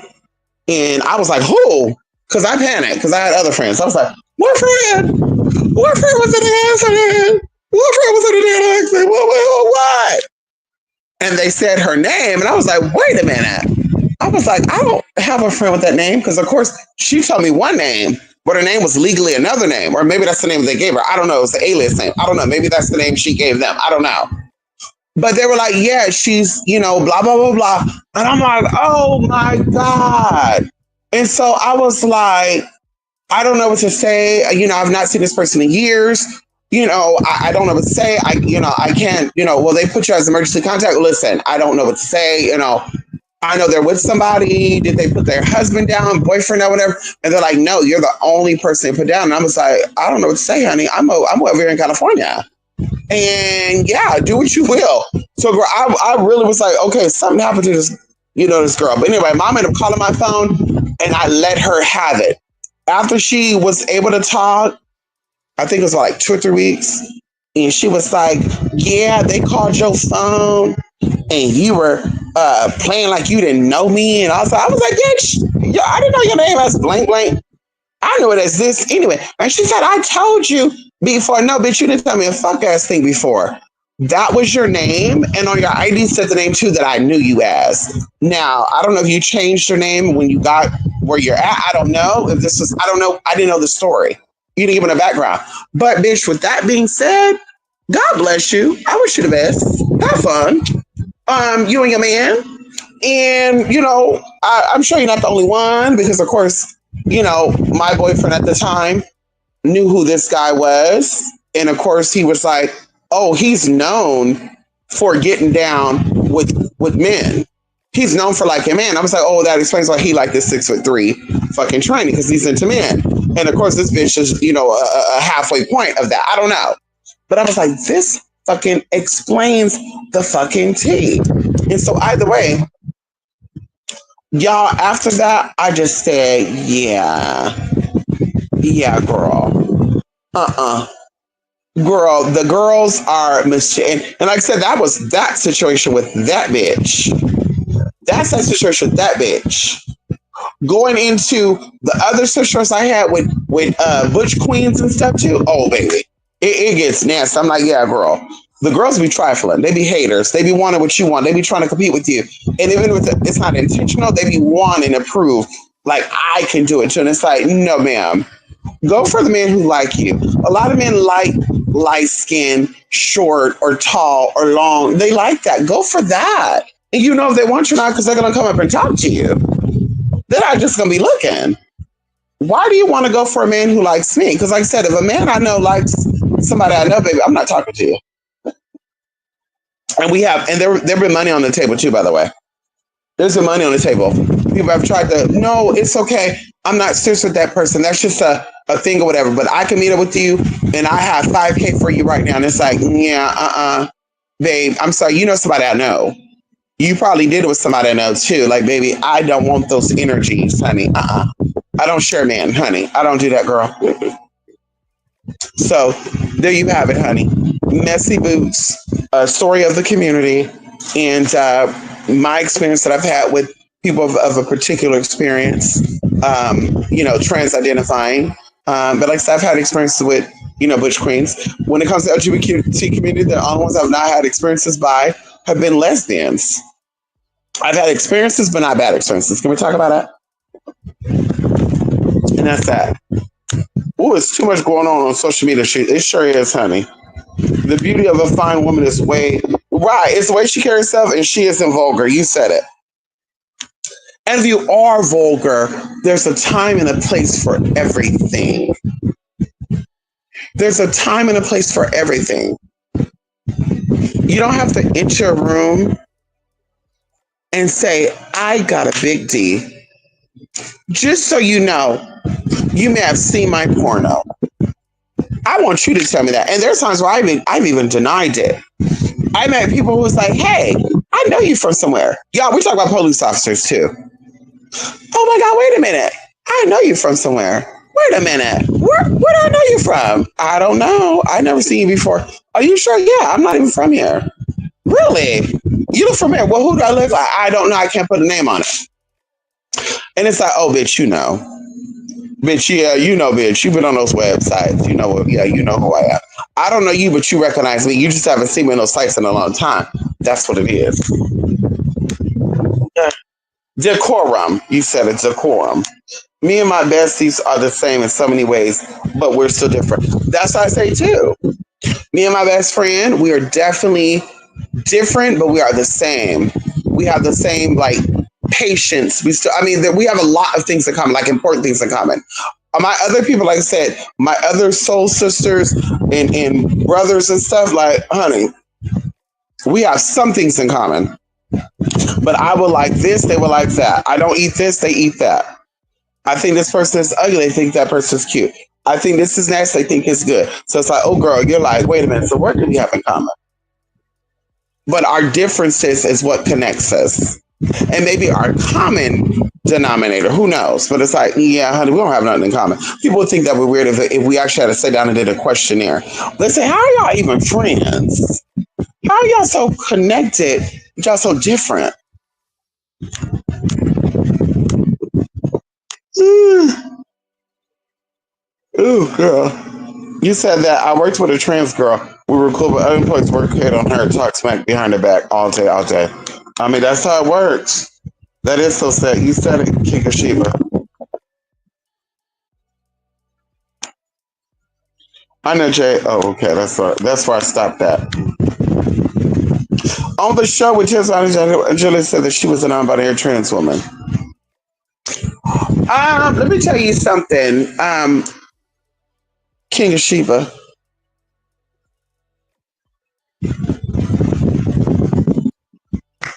Non-binary means you don't want to take on the traditional roles of what a male or female is. Angelica Ross served in the military as a man.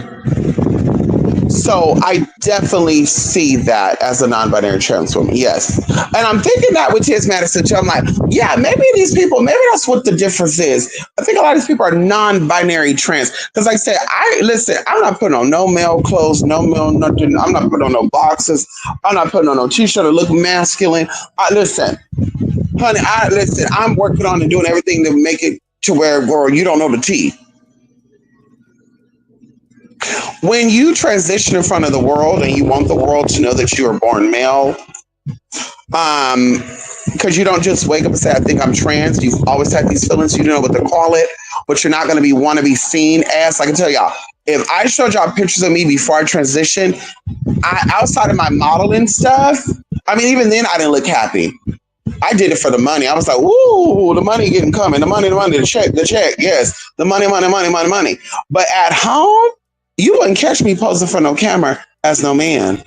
I was not happy as a boy. Oh yeah, put two fingers on. Hey y'all, excited and shit. No, you're not gonna find no good picture of me as a boy, excited and happy about looking like a boy in the picture. Can we talk about it? And so it tells me when these girls have their boy picture up. I mean, girl, Tiz Madison. I'm not cutting in, but Tiz Madison was on camera, and there was a picture of her in high school as a boy on the wall, and I'm just like, what type of shit is this? What type of shit is this? Baby picture. Yeah, there was a baby picture of my siblings and I that my mom had on her wall. Yes, a baby picture, but I still looked very soft and very pretty in that picture because I've always had good skin and good hair. So I looked very, very soft and feminine. Can we talk about it? But to be like, here's a picture of you in high school. Let me post this on the wall and you're my daughter. What? So you said it. I can believe Angelica Ross. Angelica Ross is a non-binary trans person. She was a military trans person. There's no woman, listen, unless you got a little bit of masculine energy in you, masculine trait in you, there's no woman joining the military. There's no woman wanting to become a soldier. There's no woman out here wanting to be a soldier. Can we talk about it? Hello? Hello? Can we talk about it? And then you're born male, and you go to the military as a man. I'm gonna fight for my country, girl. You could have become a general attorney general. You could have fought to become a paralegal to help change laws and shit. A lawmaker, a legislator, a councilman, a councilwoman. You could have went to school for that. But I want to go save my country. I'm gonna be marching in my training boots, girl. What? Okay, girl. Like I said, with all due respect, that individual served their country, and like I said, there's people that serve the country I don't give a fuck for, but you serve the country, you risk your lives, and I'm forever grateful for that. Thank you for your services, but personally, I don't care for that person. Personally, I don't care for that person because I've had interaction with that person on a personal level. I don't care for the person behind the suit, behind the soldier gear. Can we talk about it? So yeah, Angelique Ross, I can see that that's a non-binary trans woman. Yeah, a trans woman that does manly things. Yeah, Bruce Jenner is also non-binary. I mean, Caitlyn Jenner. Caitlyn Jenner is also non-binary trans. Yeah, I see that. Wearing boy clothes, girl clothes, being okay, being seen as a boy, don't care about giving the illusion that you're a woman. Yeah, yeah. I think a lot of trans women are non-binary. I'm not one of them though. Okay, I'm not. I'm not non-binary. Honey. Okay, can we talk about it? Not the hairline done. Right. Hello. Mm. We love Auntie. Yes, we do. Yes, honey, she is the go. I really hate that how they doing with it. I know. Must be the Jupiter energy with Sagittarius. Come on, you said it. You said it, honey. I just love me some Sagittarius. Well, I say this. I love Sagittarius women. Sagittarius men, they're a little conniving, a little deceitful, a little messy. But I definitely like a Sagittarius woman. Yeah, shout out to the Sagittarius woman out there, honey. How you doing? How you doing? They fucking with her coin. You said it. Well, I told y'all this too. Remember, Auntie Wendy interviewed Kim Porter's friend who wrote a book about the industry who mentioned Diddy a lot. Remember, Auntie Wendy exposed that Diddy was homosexual and she got fired. I think that they've been trying to put together this Diddy case for a very long time. And I think they went down the list to get rid of people who could incriminate this man. And that's why people are like, well, his charges are going to be dropped. Yeah, of course, because a lot of the key witnesses are dead and gone. And the ones who could testify are going to be seen as drug addicts, pill poppers. And so, of course, they're not really trustworthy. You were telling me that you had an experience with this man and you were drunk or high. Y'all were partying. Your testimony is not trustworthy. So, of course, he's going to have charges dropped because the people who could actually testify is shutting the fuck up or they're dead or he tried to get rid of them. I believe, and I will continue to say this, that they had to incapacitate Auntie Wendy and they had to do some things to Auntie Wendy because they did not want to be able to call her. Now, this sounds far-fetched, y'all, but I'm telling you what I believe. They did not want her to be able to be called into the court, subpoenaed into the court to testify against anything about Diddy within the years. Within the years. Because, of course, they could have subpoenaed her. But because she's incapacitated and she has a guardian, they cannot subpoena her into court to testify against anything. And they were hoping that it would have took her out. They were hoping, and like I said, I continue to say this, Mama was drugged. I'm not going to say allegedly. Auntie Wendy was drugged. Auntie Wendy was slipped into this, whatever they got, aphasia, whatever they got going on. She was drugged into this. This was drugged into her. This was put into her. People were hired.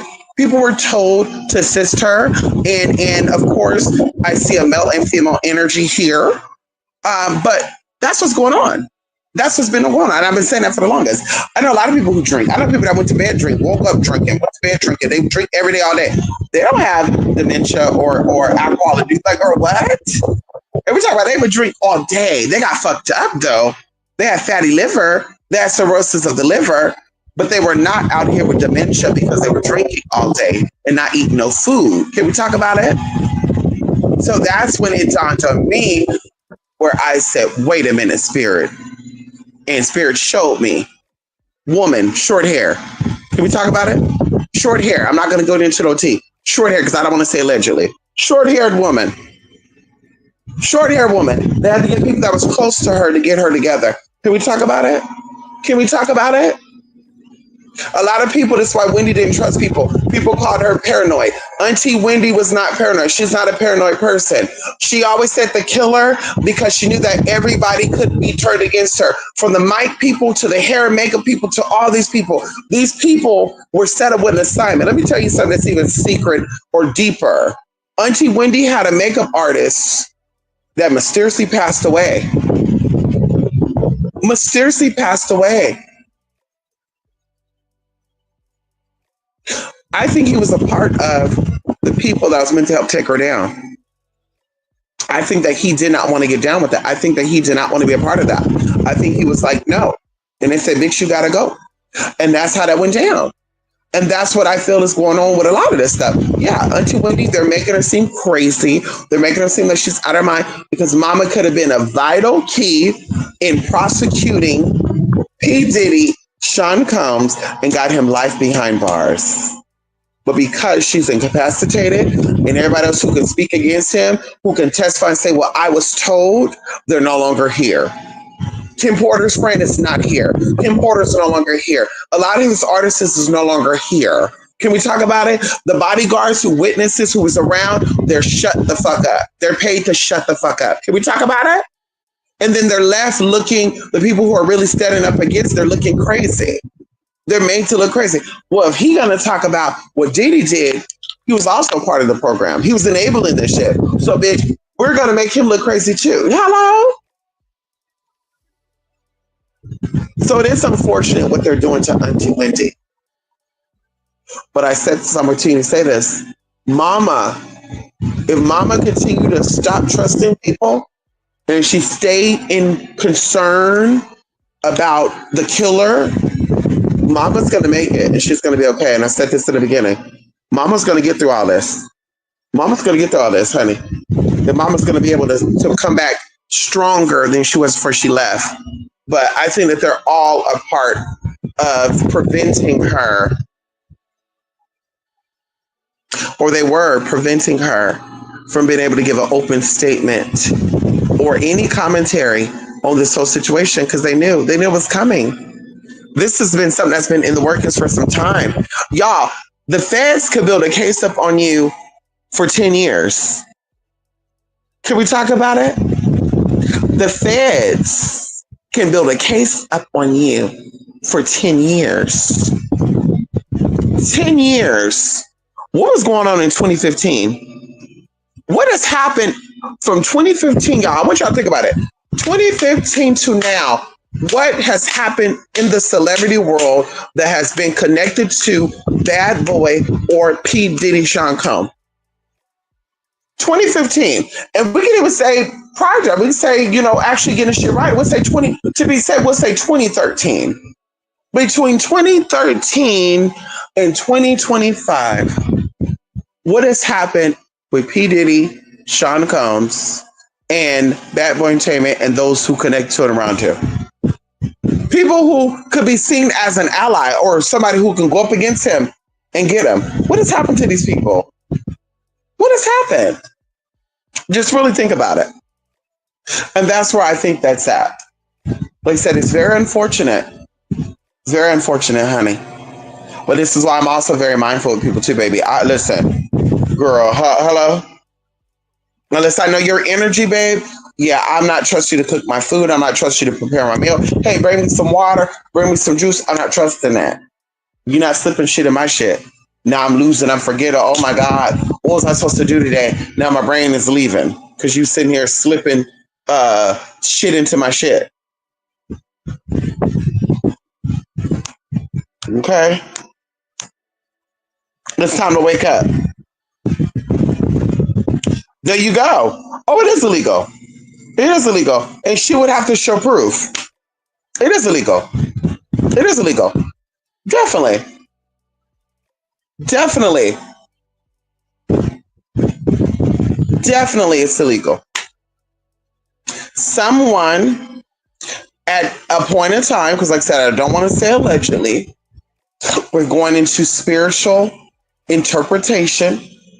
Up until what led her into this point is someone or people have been drugging her, intentionally giving her shit to hopefully slip her up out of here. But because she is a fighter, it has not happened. Because she's a fighter, Mama's fighting for this stuff. Because she's a fighter. And her story is going to help change people. It's going to help people. And this is why they want her out. They want her out, honey. People really thought that Auntie Wendy was gonna go years ago, y'all. This woman has been holding on. She has been fighting. She has been fighting. Like I said, I will always have love for Wendy. I will always have love for Wendy. She's a phenomenal person. She's a phenomenal woman. She's a goddess in human form. And I'm willing to stand on that. I'm willing to put my hand in fire for that. That's a goddess. That is a woman who did her job and she only wanted to do her job. She was passionate about being a disc jockey. She was passionate about entertaining the people and giving the music. Good music and good conversation. She was passionate about it. She had endless nights, y'all. This lady worked in other countries. This lady sacrificed connections with family and friends to make sure that she made it. This woman not only was a disc jockey in America, but she also disc jockey in the Caribbean, St. Croix. She did her thing. And as I said, that is phenomenal. That's a recovering drug addict. And even in her addiction, she still made sure that she was going to be okay. She still made sure that she was going to be fucking okay. Even in her sickness, even in her addiction, even in her fucking addiction. Can we talk about it? And there's only so much that we can take. There's only so much as human beings, and she's a fragile human being, y'all. But that woman is still strong. That woman is still victorious, honey. That woman is still her. Even despite all the shit that the house she grew up in, the trauma, the destruction she witnessed, and then to get out into the world and encounter just as bad, if not worse, circumstances and say, this is what I want? Can we talk about it? Can we talk about it? This woman deserved to be applauded. And people, of course, didn't like her. Well, she talks about celebrities. Y'all talk about celebrities. Who gives a fuck? Girl, you put it out there. You want about it on your business, stop putting it out there. Honey, was she wrong for all the shit she talked in the past? No. She gave her opinion. Y'all give y'all opinion too. Hello? She gave her opinion. She said what she said. And she stood on what she said. And that's the problem too. A lot of people are not bold to stand on what they say. They wouldn't say it on national TV. I think you're a liar. I think you need to stop playing dress up. They would never say that. Behind closed door, oh, I think he's a liar. Oh, I think he needs to stop playing dress up. Yeah, because they're scared. They're chickens. They're cowards. She's not. Like I said, that woman deserves respect. That woman deserves honors. That woman she deserves everything in life good. She deserves it. She deserves it, honey. Yeah, she deserves it, girl. Yep, she deserves it, honey. She's the people. She loves people. Do you think most celebrities are in conservatorships? Not really conservatorship in the way they're making it seem that Wendy is in, but they're definitely controlled. Every celebrity has a handler.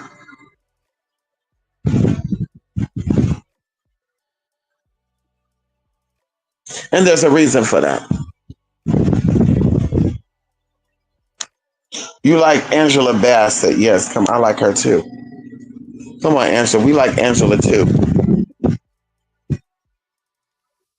Yeah, we like her too. Anyway, y'all, it is 1 o'clock in the morning, y'all. Let me take this ass to bed, girl. It's 1 in the morning. Let me go, let me go. It's 1 in the morning. Hey, let me go, let me go, let me go, let me go. It's 1 in the morning. Hey, let me go. Oh, y'all, I'm about to sleep good, y'all. I'm feeling myself dressed right now. Oh my God. Anyway, y'all, Loving Lights. Are their handlers a part of secrecy, or do they know their handlers? Oh, they know their handlers. Yeah, they know their handlers, honey. Yeah, they know their handlers, honey. Yeah, they know their handlers. Yes, it's no secrecy, honey. And look up what is the job of the handler. Better yet, let's look it up together. Can we talk about it? Let's look it up together.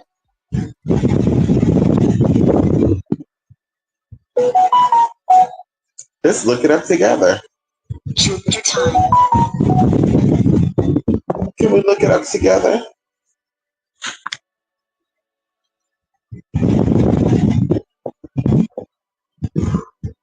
Mm.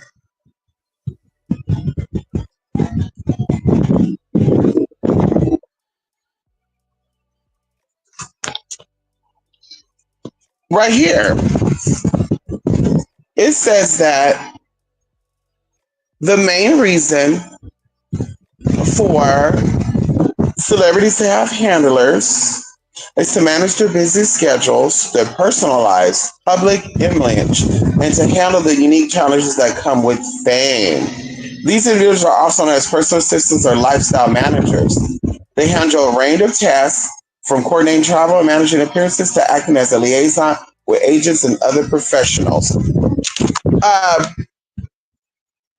Personal assistants are not handlers. Personal assistants are not handlers. I know that for a fact. I know that for a fact. They're not handlers, babe. Yeah. It's a special, to be a handler, there's a special degree of understanding you got to have.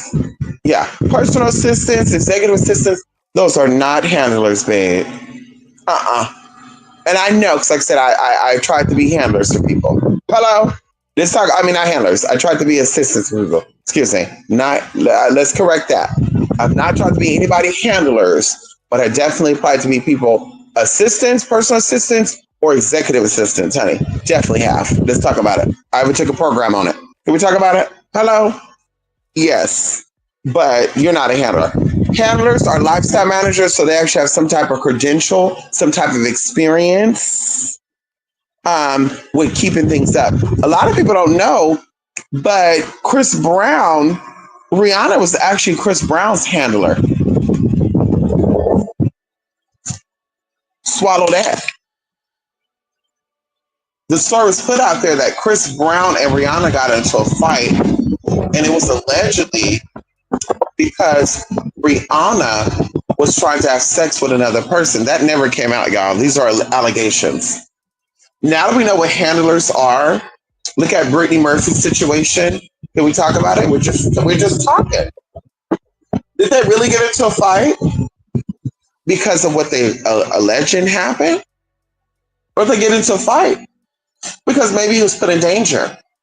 Maybe it's before he understood the oath that he took to be a singer. Hello? See, nobody questioned this stuff, honey, huh? Nobody questioned why is Rihanna and Chris Brown dating?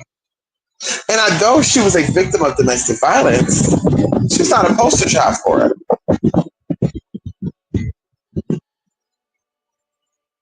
Can we talk about it? And then people still support Chris Brown after he whooped her ass, allegedly. Think about it, y'all. Think about it. What really happened? Should we do a reading? Should we tap in on this reading? Honey, should we do a reading on this? What happened between Chris Brown and Rihanna? Spirit reveal it to us. Should we do a reading? Yeah, I think we'll come back tomorrow and do a reading.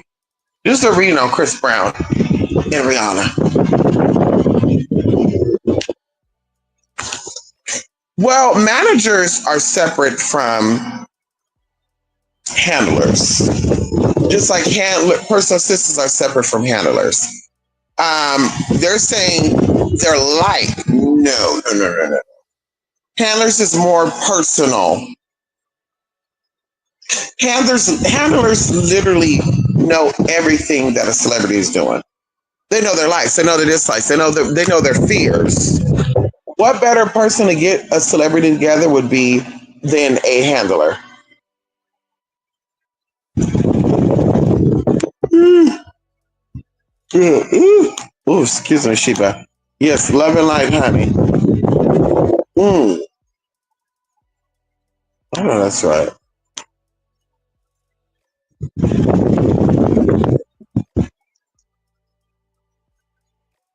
There you go. Yeah, y'all, let me go, y'all. Love and light. Two Spirit Mystic blogspot.com. Y'all, it's 2 hours and 50 minutes we've been on here. Damn, time fly. So I got on here at 11 something. Oh my God, y'all. Ooh, Jesus. Ooh, Jesus. Come on, Jesus. Ooh, take the wheel. Take the wheel. Tearing up my heart when I'm with you. When we are apart, I feel it too. And no matter what I do, I feel the same way with or without you. Boom, boom. What a song, Kenny, because I'm going to bed. Bye, y'all. Love and light. See y'all later, y'all. Be true to yourself. Be true to